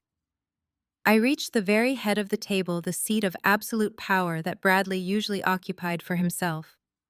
I pulled the heavy leather executive chair out and sat down, crossing my legs and resting my hands perfectly flat on the polished oak surface. Evelyn stood directly to my right, placing her briefcase on the table while the two security contractors took up positions by the glass doors, effectively locking the room down. Bradley finally snapped out of his paralyzed terror. His face flushed a dark, angry crimson. He slammed his fist onto the table, trying desperately to regain control of his boardroom. He pointed a shaking finger at me and screamed at the top of his lungs, demanding to know how I got past security. He looked frantically at the senior partners and yelled that this was a private corporate meeting. He pointed at me and told them I was his mentally unstable sister-in-law who had just suffered a traumatic brain injury and was currently experiencing a violent psychotic break. He ordered the board members to call building security and have me physically dragged out of the building. None of the board members moved to pick up a phone. They were highly intelligent financial predators themselves, and they could easily read the power dynamic shifting in the room. They looked at my calm, collected posture and then at Bradley's sweating, unhinged desperation. They knew instantly that the man at the front of the room was drowning, and they had absolutely no intention of going down with his ship. I smiled a slow, chilling smile that made Bradley grip the edge of the table just to keep himself standing. I looked around the room, making eye contact with the confused, wealthy men and women sitting at the table. I introduced myself in a perfectly calm, authoritative voice. I told them my name and noted that I was the owner of the luxury boutique hotel chain their managing partner had fraudulently claimed as collateral just 3 days ago. A collective gasp echoed through the boardroom. The oldest partner at the table, a distinguished man with silver hair sitting to my left, narrowed his eyes and leaned forward, asking me exactly what I meant by fraudulent collateral. Bradley panicked. He lunged forward, trying to reach across the table to silence me, but one of Evelyn's security contractors took a single intimidating step forward, forcing him to retreat. Bradley started talking a mile a minute, his voice cracking with sheer desperation. He told the board not to listen to a single word I said. He swore on his life that my real estate was legally bound to the firm and that the federal loan he secured was completely legitimate. He begged them to just sign the liquidation order so they could move the money and protect the company. I did not even look at him. I kept my attention entirely on the silver-haired partner. I told the board that if they signed that liquidation order, they would not be protecting the company. They would be actively participating in a massive federal money laundering scheme to help their managing partner flee the country. I explained that last night the Federal Bureau of Investigation raided my mother's home and seized Bradley's personal laptop and cell phone. I told them the FBI was currently preparing a massive federal indictment against him for wire fraud, bank fraud, and the attempted murder of the very woman sitting at the head of their table. The boardroom erupted into absolute chaos. Two of the younger board members immediately stood up, grabbing their briefcases and rushing toward the doors, wanting absolutely nothing to do with a federal crime. The silver-haired partner slammed his hands on the table, demanding Bradley explain himself right this second. The illusion of Bradley's success was completely shattered. His own partners were looking at him like he was a diseased rat. Bradley was hyperventilating now. His chest heaved and he ran his hands frantically through his messy hair. He realized his plan to steal the firm's money and run was completely dead. The only thing he had left was his blind, venomous pride. He turned his rage entirely onto me. He marched up to the side of the table, leaning over so his face was inches from mine. He screamed that I was a vindictive, completely arrogant bitch. He yelled that I had absolutely no legal right to sit in his chair or be in his building. He pounded his fist on the table, declaring that he was the majority shareholder of this firm and that I held absolutely zero equity in his company. He demanded I get out of his boardroom before he called the police himself. I did not flinch. I did not move a single inch away from his screaming red face. I just sat there, letting his final pathetic display of false power echo off the glass walls. He had just handed me the absolute perfect setup for the final crushing blow. I looked up at him, my eyes completely dead of any mercy, and prepared to unveil the ultimate twist that would officially end his life as he knew it. His face was inches from mine, his breath hot and ragged as he continued to scream that I was nothing. He slammed his fists on the polished oak table, demanding security remove me. He shouted that he built this firm from the ground up, and I was just a jealous outsider with absolutely zero shares in his brokerage. I sat perfectly still, letting his frantic energy wash over me like a warm breeze. I looked directly into his bloodshot, wild eyes. My own expression was a mask of absolute cold, calculating ice. I did not blink. I did not raise my voice. I simply waited for him to run out of breath. When his screaming finally dissolved into heavy, pathetic panting, I reached out and gently tapped the table with my manicured fingernail. I told him he was absolutely right about one thing. I told him I did not own a single share of equity in his failing corrupt brokerage firm. I told him equity implies a partnership, and I would never in a million years partner with a man as breathtakingly incompetent as him. I leaned back in his heavy leather executive chair and snapped my fingers. Evelyn moved with the lethal efficiency of a trained corporate assassin.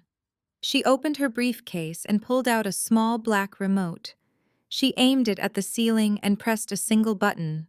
The heavy mechanical hum of the boardroom projector instantly filled the dead silence.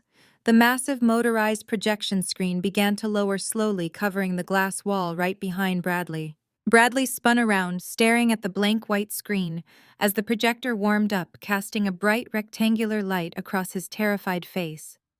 The remaining board members leaned forward in their chairs, completely captivated by the execution they were witnessing. Evelyn typed rapidly on her tablet, syncing it directly to the boardroom display. I kept my eyes locked onto Bradley. I told him that while I did not own his equity, I did own something far more powerful. I owned his debt. The projector screen flashed to life. A massive, highly detailed organizational chart appeared in crisp, high definition. At the very bottom of the chart was Bradley's brokerage firm, with a thick red line pointing directly upward, indicating a massive $10 million liability.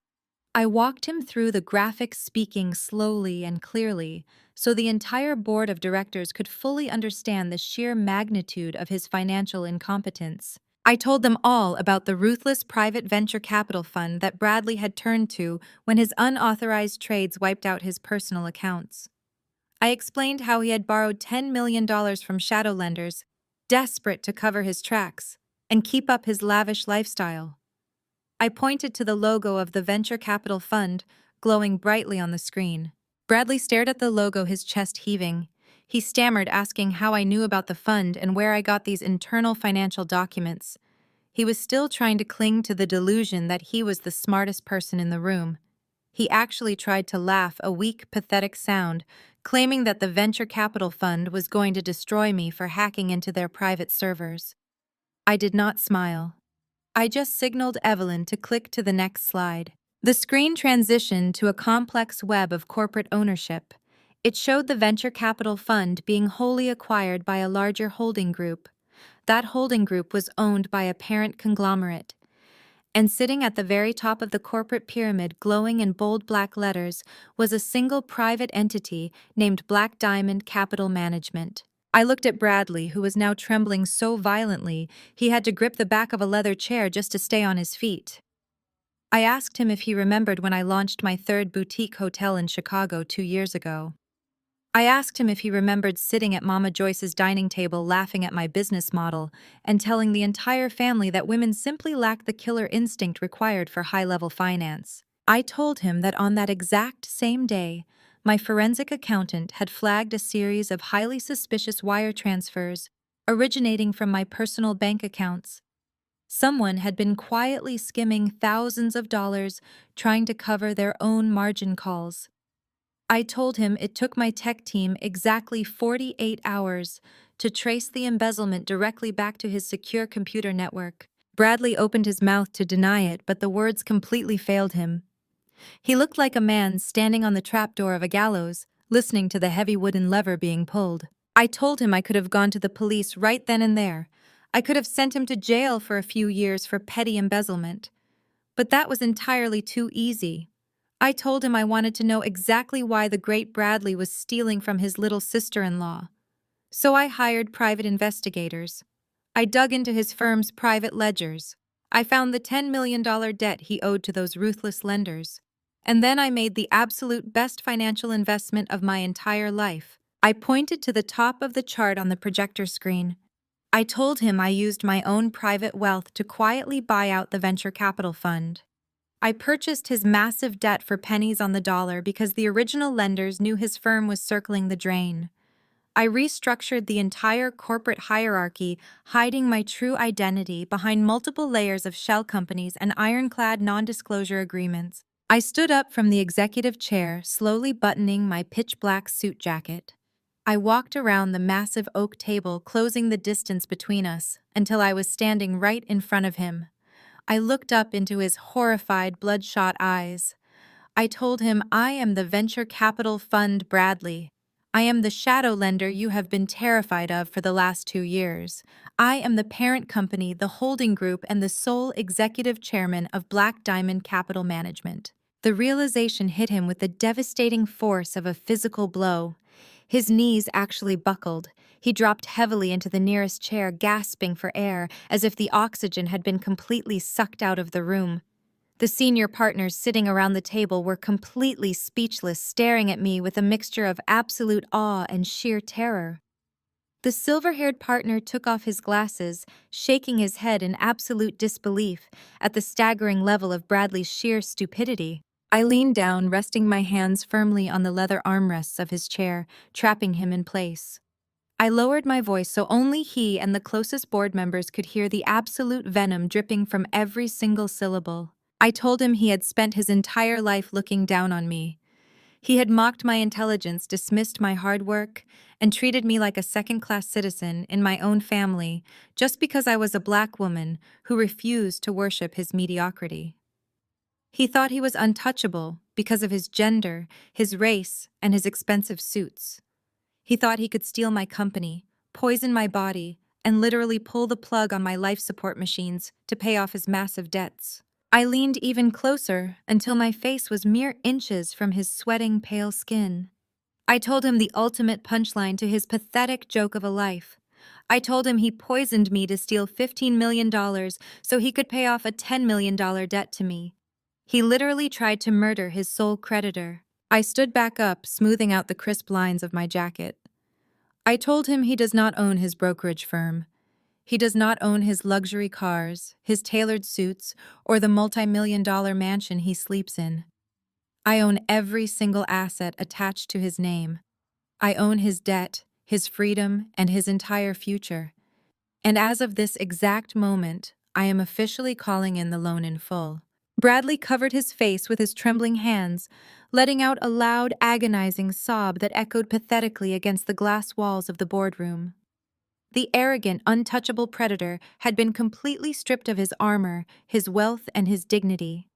He was reduced to a crying, broken shell of a man, realizing entirely too late that the woman he tried to bury was the exact same woman who owned the graveyard. The silence in the boardroom was absolute, broken only by the pathetic sound of Bradley weeping into his hands. I stood at the head of the massive oak table, completely unbothered by his tears. The wide expanse of the room seemed to shrink around him, pressing him down into the leather chair, while I stood tall, breathing in the crisp air of total victory. The senior partners sat completely frozen, their eyes darting between the broken man weeping in the corner and the Black woman who had just masterfully dismantled his entire existence. Nobody dared to speak. Nobody reached out to comfort him. The illusion of his power was shattered into a million irreversible pieces. I looked down at him, feeling a profound sense of closure. The terrified, helpless woman lying in that hospital bed was gone forever. In her place was a fortress of a woman who had just conquered her greatest enemy using his own unchecked greed. I took a slow, deliberate step back from his chair, giving myself a clear view of the heavy frosted glass doors at the back of the room. I raised my right hand into the air. I looked directly at Evelyn, who gave me a sharp, confirming nod. Then I snapped my fingers. The sharp crack echoed like a gunshot through the quiet boardroom. On cue, the two massive security contractors stepped completely aside. The heavy glass doors swung wide open, hitting the doorstops with a dull, heavy thud. A team of 6 federal agents marched directly into the room. They wore dark navy windbreakers with the bright yellow letters of the Federal Bureau of Investigation printed boldly across their backs. Their heavy boots stomped in perfect unison against the polished marble floor, projecting an aura of absolute unstoppable authority. The lead agent, a tall, broad-shouldered man with a completely stoic expression, walked straight down the length of the conference table. He did not look at the board members. He did not look at me. He kept his piercing gaze locked entirely on the sweating, sobbing mess of a man sitting in the corner. The agent stopped just feet away from Bradley and held up a federal badge gleaming silver under the bright fluorescent lights. The agent spoke in a loud, booming voice that left absolutely no room for negotiation. He stated Bradley's full legal name and announced that he was being placed under immediate arrest. The agent read off the staggering list of federal indictments one by one: federal bank fraud, aggravated wire fraud, interstate money laundering, corporate embezzlement, and finally, the most devastating charge of all, the premeditated attempted murder of his sister-in-law. Every single charge hung heavy in the cold air of the boardroom. The senior partners recoiled physically, pushing their chairs away from the table to put as much distance as possible between themselves and the man they had once called their managing partner. The silver-haired executive actually covered his mouth in sheer horror when the attempted murder charge was announced, finally realizing that he had been taking financial orders from a violent sociopath. Bradley stopped crying the moment he saw the federal badges. Pure primal terror took over his entire body. He scrambled backward in his chair, kicking his expensive leather shoes against the floor, trying desperately to escape, but his back was already pressed flat against the glass wall. There was nowhere left to run. He looked wildly around the room, his eyes wide and completely deranged, begging anyone to step in and save him. He looked at his expensive corporate defense attorney sitting 2 seats down. He screamed at the lawyer, demanding he file an emergency injunction and stop the agents from touching him. But the lawyer simply closed his thick leather briefcase, clicked the golden latches shut, and stood up. The attorney looked down at Bradley and coldly stated that his retainer did not cover federal homicide charges, and he was officially withdrawing his legal counsel effective immediately. The lawyer turned his back and walked straight out of the room, abandoning Bradley to his absolute ruin. 2 federal agents stepped forward, flanking Bradley on both sides. They reached down and grabbed him roughly by the shoulders, hauling him up onto his feet. Bradley thrashed wildly, kicking his legs and screaming that there had been a massive mistake. He yelled that he was a wealthy investment broker and they could not treat him like a common criminal. He demanded to make a phone call to the governor. The lead agent did not even blink. He grabbed Bradley's flailing arms, twisted them forcefully behind his back, and slammed him face first onto the polished oak conference table. The loud smack of Bradley's cheek hitting the wood echoed through the room. The agent pulled a pair of heavy steel handcuffs from his belt. The sharp metallic clicks of the restraints locking tightly around Bradley's wrists sounded like the most beautiful music I had ever heard in my entire life. They yanked him back upright. His perfectly tailored suit was completely ruined, torn at the shoulder, and deeply wrinkled. His expensive silk tie was twisted around his neck like a noose. His face was bright red, smeared with snot and tears, completely stripped of the arrogant smugness he had worn like a crown for his entire adult life. He was completely humiliated, thoroughly destroyed right in front of the very board of directors he had spent years trying to impress. The agents grabbed him by the biceps and began dragging him toward the open glass doors. His shoes dragged clumsily against the marble floor, leaving long scuff marks behind. As they pulled him down the length of the boardroom, he craned his neck, looking over his shoulder directly at me. His eyes were wide with a frantic, desperate pleading. He called my name, his voice cracking into a high-pitched, pathetic whine, begging me to call them off, begging me to show him mercy. I stood at the head of the table, my posture perfectly straight, my hands resting calmly at my sides. I looked at him with an expression of absolute freezing indifference. I did not raise my voice, but I spoke clearly enough for him to hear my final parting words. I told him to enjoy his new concrete penthouse, and that I would be sure to send Mama Joyce a postcard when I sold his precious brokerage firm for scrap. Bradley let out one final agonizing scream of total defeat before the agents yanked him through the doorway and out into the bustling hallway. The heavy glass doors swung shut behind them, abruptly cutting off his pathetic wailing. The boardroom fell into a profound, stunned silence. The air in the room felt instantly lighter, as if a massive toxic cloud had just been violently expelled from the building. I turned away from the doors and looked back at the remaining board members. They were staring at me with a mixture of absolute terror and undeniable respect. They knew exactly who held the power now. I slowly pulled out the heavy leather executive chair, the one Bradley had occupied just 20 minutes ago, and sat down at the very head of the table. I crossed my legs, leaned back, and folded my hands neatly in my lap. I looked directly at the silver-haired partner who was sweating nervously under my intense gaze. I told the room that as the sole owner of their parent company and the primary holder of their massive corporate debt, I was officially taking over all executive operations, effective immediately.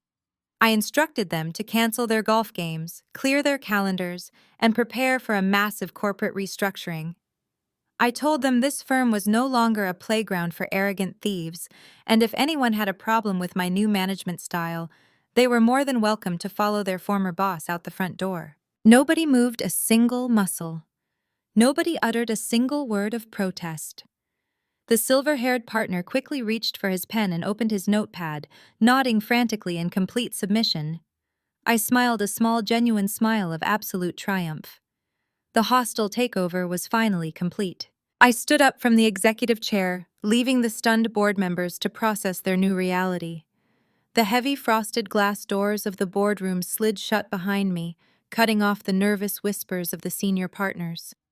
I walked toward the private executive elevator, my black stiletto heels sinking slightly into the plush carpet of the hallway. I pressed the call button and watched the digital floor numbers count down.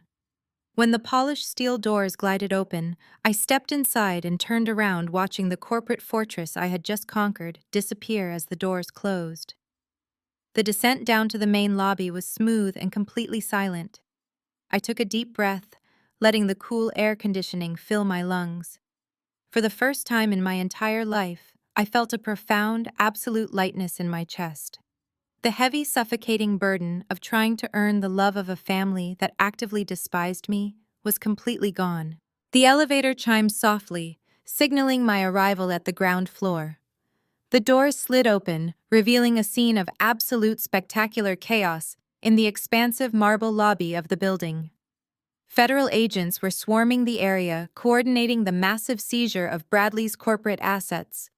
Building security guards were desperately trying to hold back a growing crowd of curious onlookers and corporate employees who had gathered to watch the spectacular downfall of their managing partner. But my eyes immediately locked onto a pathetic scene unfolding near the revolving front doors. Simone was standing there, flanked by two female FBI agents. The glamorous, untouchable golden child was entirely gone. Her designer dress was deeply wrinkled and stained with sweat. Her perfect blowout was a tangled mess, and her expensive mascara had run down her cheeks in thick black streaks. Her wrists were securely bound in front of her by heavy steel handcuffs that glinted harshly under the bright lobby lights. The federal agents had moved swiftly after Bradley's confession at the house last night, securing an immediate arrest warrant for her active role in poisoning me. Simone was shivering uncontrollably, looking around the lobby with wide, terrified eyes like a trapped animal. She was no longer the arrogant woman who had tossed a fake eviction notice onto a dining table just 24 hours ago. She was a broken criminal facing a mandatory minimum sentence for attempted murder. Suddenly, a loud, hysterical wail cut through the low murmur of the crowded lobby. Mama Joyce broke through the perimeter of security guards, her heavy purple silk dress swishing wildly around her legs. She must have followed the federal convoy from the house, completely frantic and desperate to protect her favorite daughter. Her signature gold cross necklace bounced erratically against her chest, and her normally immaculate hair was in absolute disarray. Mama Joyce spotted me stepping out of the executive elevator. Her eyes widened, and she scrambled across the polished marble floor, pushing past a federal agent to get to me. She threw herself entirely at my feet. My mother, a woman who cared more about her pristine image in the church community than she cared about her own children, collapsed right onto her knees in the middle of a crowded corporate lobby. She grabbed the fabric of my tailored black pants, her hands shaking violently. She looked up at me, her face completely twisted in agonizing desperation. Tears streamed down her face, ruining her carefully applied makeup. She began to beg. Her voice was a loud, hysterical screech that echoed off the high glass ceilings, drawing the stares of every single person in the room. She begged me to call off the federal agents. She pleaded with me to tell them it was all a terrible misunderstanding. She cried out that Simone was fragile and delicate and would absolutely never survive a day in a federal prison. Mama Joyce frantically tried to rewrite history right there on the floor. She blamed absolutely everything on Bradley. She swore that Simone was just a naive, devoted wife who had been brainwashed by a wicked man. She begged me to remember that we were sisters bound by holy blood. She invoked the name of God, crying out that the Lord demands forgiveness and that I was committing a grave sin by allowing my own flesh and blood to be hauled away in chains. I looked down at the woman who gave birth to me, feeling absolutely nothing. I did not feel anger. I did not feel sadness. I simply felt an icy, hollow detachment. Even now, after hearing that Simone had intentionally crushed lethal muscle relaxants into my water bottle to orchestrate a fatal car crash, Mama Joyce did not care about my pain. She did not care that I had spent weeks in a coma fighting for every single breath. She did not ask how I was feeling or express a single ounce of horror that her oldest daughter had tried to murder her youngest. Her only concern, her absolute driving priority, was saving her golden child from the consequences of her own horrific actions. I looked over Mama Joyce's shoulder directly at Simone. Simone caught my gaze. She stopped struggling against the federal agents and stared at me. Her lips trembled, and she silently mouthed the word, "Please." The sheer audacity of her silent plea was breathtaking. She wanted me to save her life after she had ruthlessly tried to end mine. I looked back down at Mama Joyce, who was now openly sobbing and pressing her forehead against my knees, completely abandoning any shred of her dignified church persona. I slowly reached down and firmly grabbed her wrists. I did not do it gently. I pried her shaking hands off my clothing, peeling her fingers back one by one. I stepped back, forcing her to remain kneeling on the cold, hard marble, completely unsupported. The lobby had gone entirely quiet. The federal agents, the security guards, and the corporate employees were all watching this intimate, devastating family destruction unfold. I kept my posture perfectly straight, projecting total unbreakable authority. I looked down into my mother's tear-soaked eyes, making sure she heard every single syllable I was about to speak. I told her she was wasting her prayers on the wrong daughter. I kept my voice perfectly level, stripped of any emotion. I told her that the federal government does not operate on church forgiveness, and they certainly do not care about her manufactured reputation. Mama Joyce gasped, reaching out for me again, but I took another deliberate step backward, completely out of her reach. I looked at her with an expression of absolute finality. "You always chose her, Mama." I let the words hang in the cold air, letting the absolute truth of that statement sink into her bones. You chose her when we were children, you chose her when she stole my property, and you chose her when you found out she tried to put me in a grave. You wanted to protect her so badly. Well, now you have the rest of your life to visit your golden child in a federal prison. Mama Joyce let out a gut-wrenching, agonizing scream. She slumped forward, pressing her face against the marble floor, weeping with a profound, absolute despair.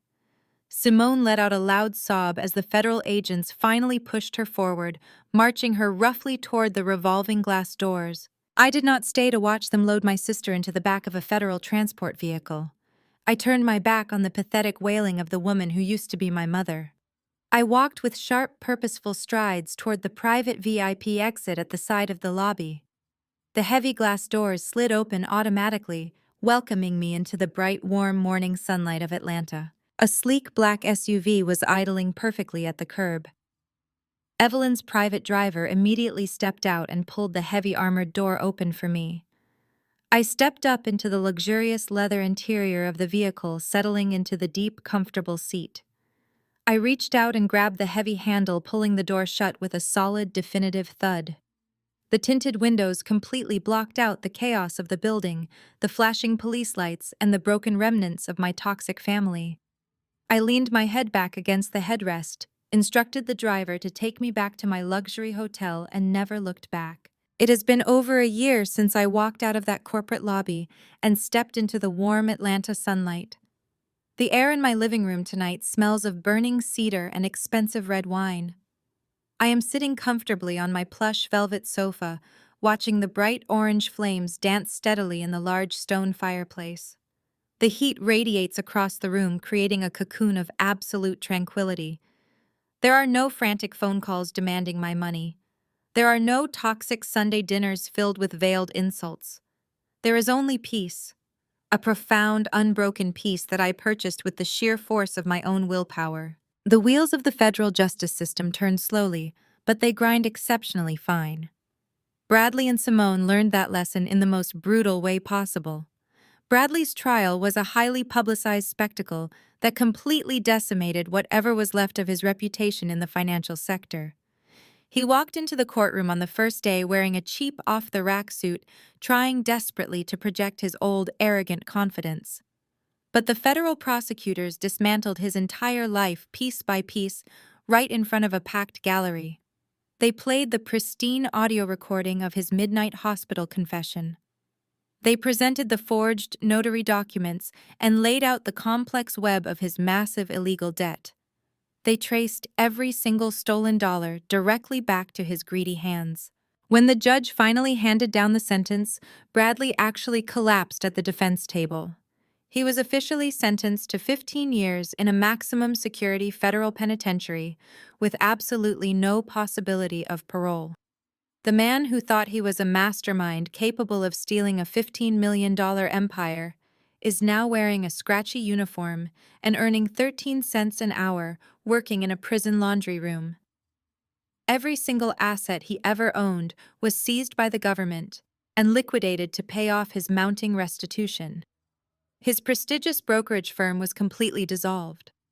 He was left with absolutely nothing but a cold concrete cell and the agonizing daily reminder of the black woman who put him there. My sister did not fare much better.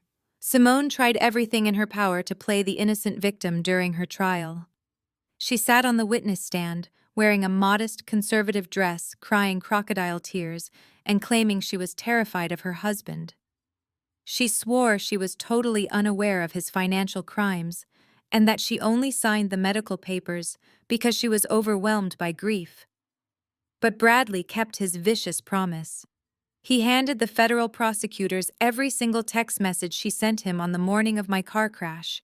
The jury sat in stunned silence as the prosecutor read her exact words meticulously, calculating the dosage of the muscle relaxants she slipped into my water bottle.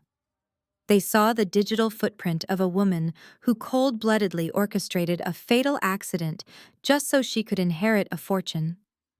The golden child was officially convicted of premeditated attempted murder. The judge looked down at her from the bench with absolute disgust and showed her zero mercy, sentencing her to 8 years in a federal women's correctional facility. The last time I saw my sister, she was being led out of the courtroom by 2 armed bailiffs. Her designer clothes were gone, replaced by an oversized bright orange jumpsuit. Her expensive blonde highlights were fading, and her face was drawn and pale. She looked incredibly small, pathetic, and entirely ordinary. She looked exactly like the criminal she truly was. And then there was Mama Joyce. Her downfall was not televised on the evening news, but it was arguably the most devastating ruin of them all. The moment the FBI raided her home, the scandalous news spread through her pristine church community like wildfire. The very same people who used to praise her at Sunday service immediately turned their backs on her. The church elders held a private meeting and formally requested she step down from all her leadership committees, citing the severe moral failings of her household.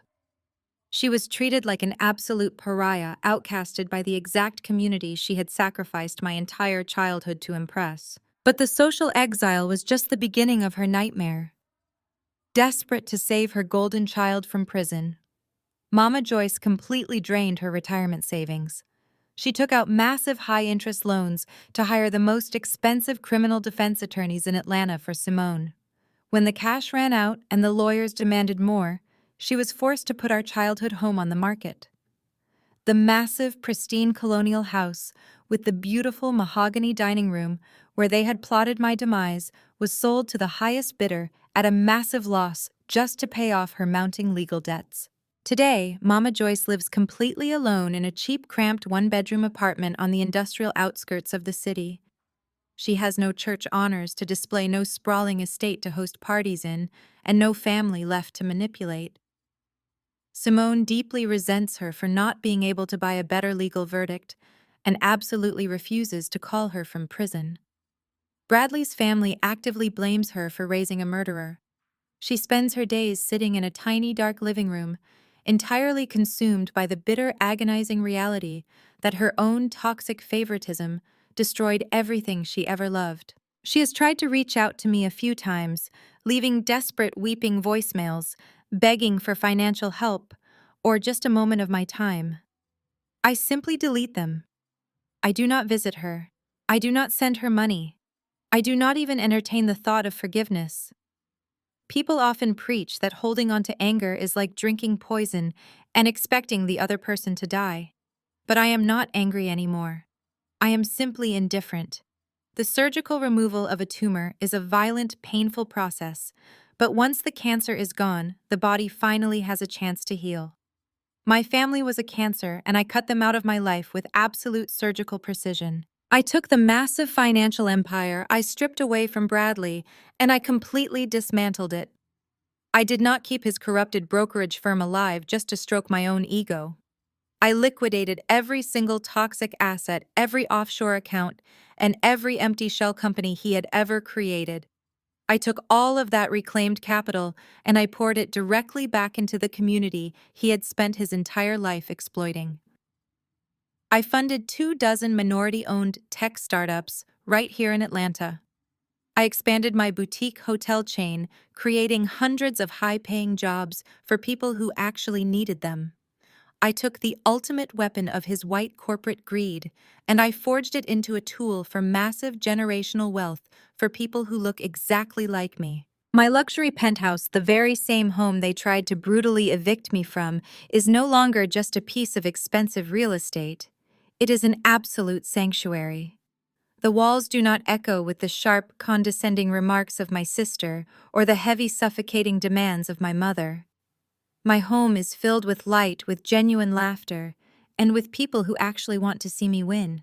I still host Sunday dinners, but the guest list looks entirely different now. Clara, the brilliant intensive care nurse who risked her own career to smuggle me that micro recorder, sits at my dining table every single week. She is no longer just a hospital employee. I hired her as the executive director of wellness and health for my entire hotel brand. Evelyn, my ruthless and brilliant chief legal officer, sits right beside her. We drink expensive wine, we eat incredible food, and we celebrate our victories without ever having to tear each other down to feel powerful. We protect each other fiercely. We are a true family built on a foundation of absolute mutual respect and unwavering loyalty. I have spent a lot of time reflecting on the sheer toxicity of the bloodline I was born into. Society puts a massive, crushing amount of pressure on women, especially Black women, to be the endless, bottomless well of forgiveness for their families. We are conditioned from the moment we are born to absorb the trauma, to keep the peace, to swallow our pride, and to endlessly forgive the people who continuously break our hearts. We are told that holding boundaries makes us angry, bitter, or vindictive. My mother used the word family as a weapon, a heavy, blunt instrument to beat me into submission every time I dared to ask for basic human decency. But I had to learn the hardest lesson of my entire life lying paralyzed in that cold hospital bed. I realized that you cannot buy love from people who are fiercely committed to misunderstanding you. You cannot earn respect from people who actively benefit from your destruction. And most importantly, I realized that forgiveness is an internal process meant to free your own soul. It is absolutely not a free pass for your abusers to retain unrestricted access to your life. I take a slow sip of my wine, feeling the rich warmth spread through my chest. I set the crystal glass down on the mahogany side table, and I look directly into the camera lens. I look past the digital screen, and I look straight at you. I know there is someone watching this right now who is exhausted, Someone who is tired of playing the scapegoat for a family that refuses to heal. Someone who is shrinking themselves down, hiding their success and muting their brilliance, just to make their insecure relatives feel comfortable. I know exactly how heavy that burden is because I carried it on my back for 32 years. I know the profound, paralyzing guilt that comes with finally deciding to walk away from the people who share your DNA. But I am here to tell you that the guilt is a lie. It is a manufactured chain designed to keep you tethered to a sinking ship. You have absolute permission to cut that chain. You have permission to mourn the family you deserved while simultaneously walking away from the family you were actually given. You cannot heal in the same place that made you bleed. It is a fundamental law of emotional survival. If you stay in the environment that broke you, you will spend the rest of your life desperately trying to bandage wounds that they will continuously tear open.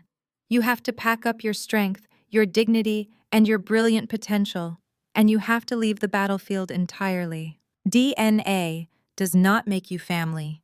It is nothing more than a biological coincidence. Loyalty and respect do. Consistency does. Showing up in the darkest moments when there is absolutely nothing to gain does. Do not ever let anyone guilt trip you into staying in a toxic environment just because you share a last name or a bloodline. Your peace of mind is your most valuable asset, and it is completely non-negotiable. My sister and her husband thought they could use my temporary weakness to bury me entirely. They thought they had backed me into a corner I could never escape. But they forgot that when you back a survivor into a dark corner, they do not just surrender. They adapt. They learn the layout of the dark, and they wait for the perfect moment to strike. I did not have to invent a weapon to destroy them. I simply took the exact same trap they laid out for me, and I locked them inside it. I want you to take a deep breath and look at your own life. Look at the people surrounding you. Are they feeding your flame, or are they constantly trying to blow it out? If you are surrounded by people who secretly pray for your downfall, it is time to build a new table. I want to hear from you. Have you ever had to use your enemy's own trap to bury them? Have you ever had to walk away from the people you loved in order to finally save yourself? Go down into the comments below and let me know. Share your stories of survival, your moments of absolute clarity, and your triumphant returns. Your story might be the exact blueprint someone else needs to finally break their own chains today.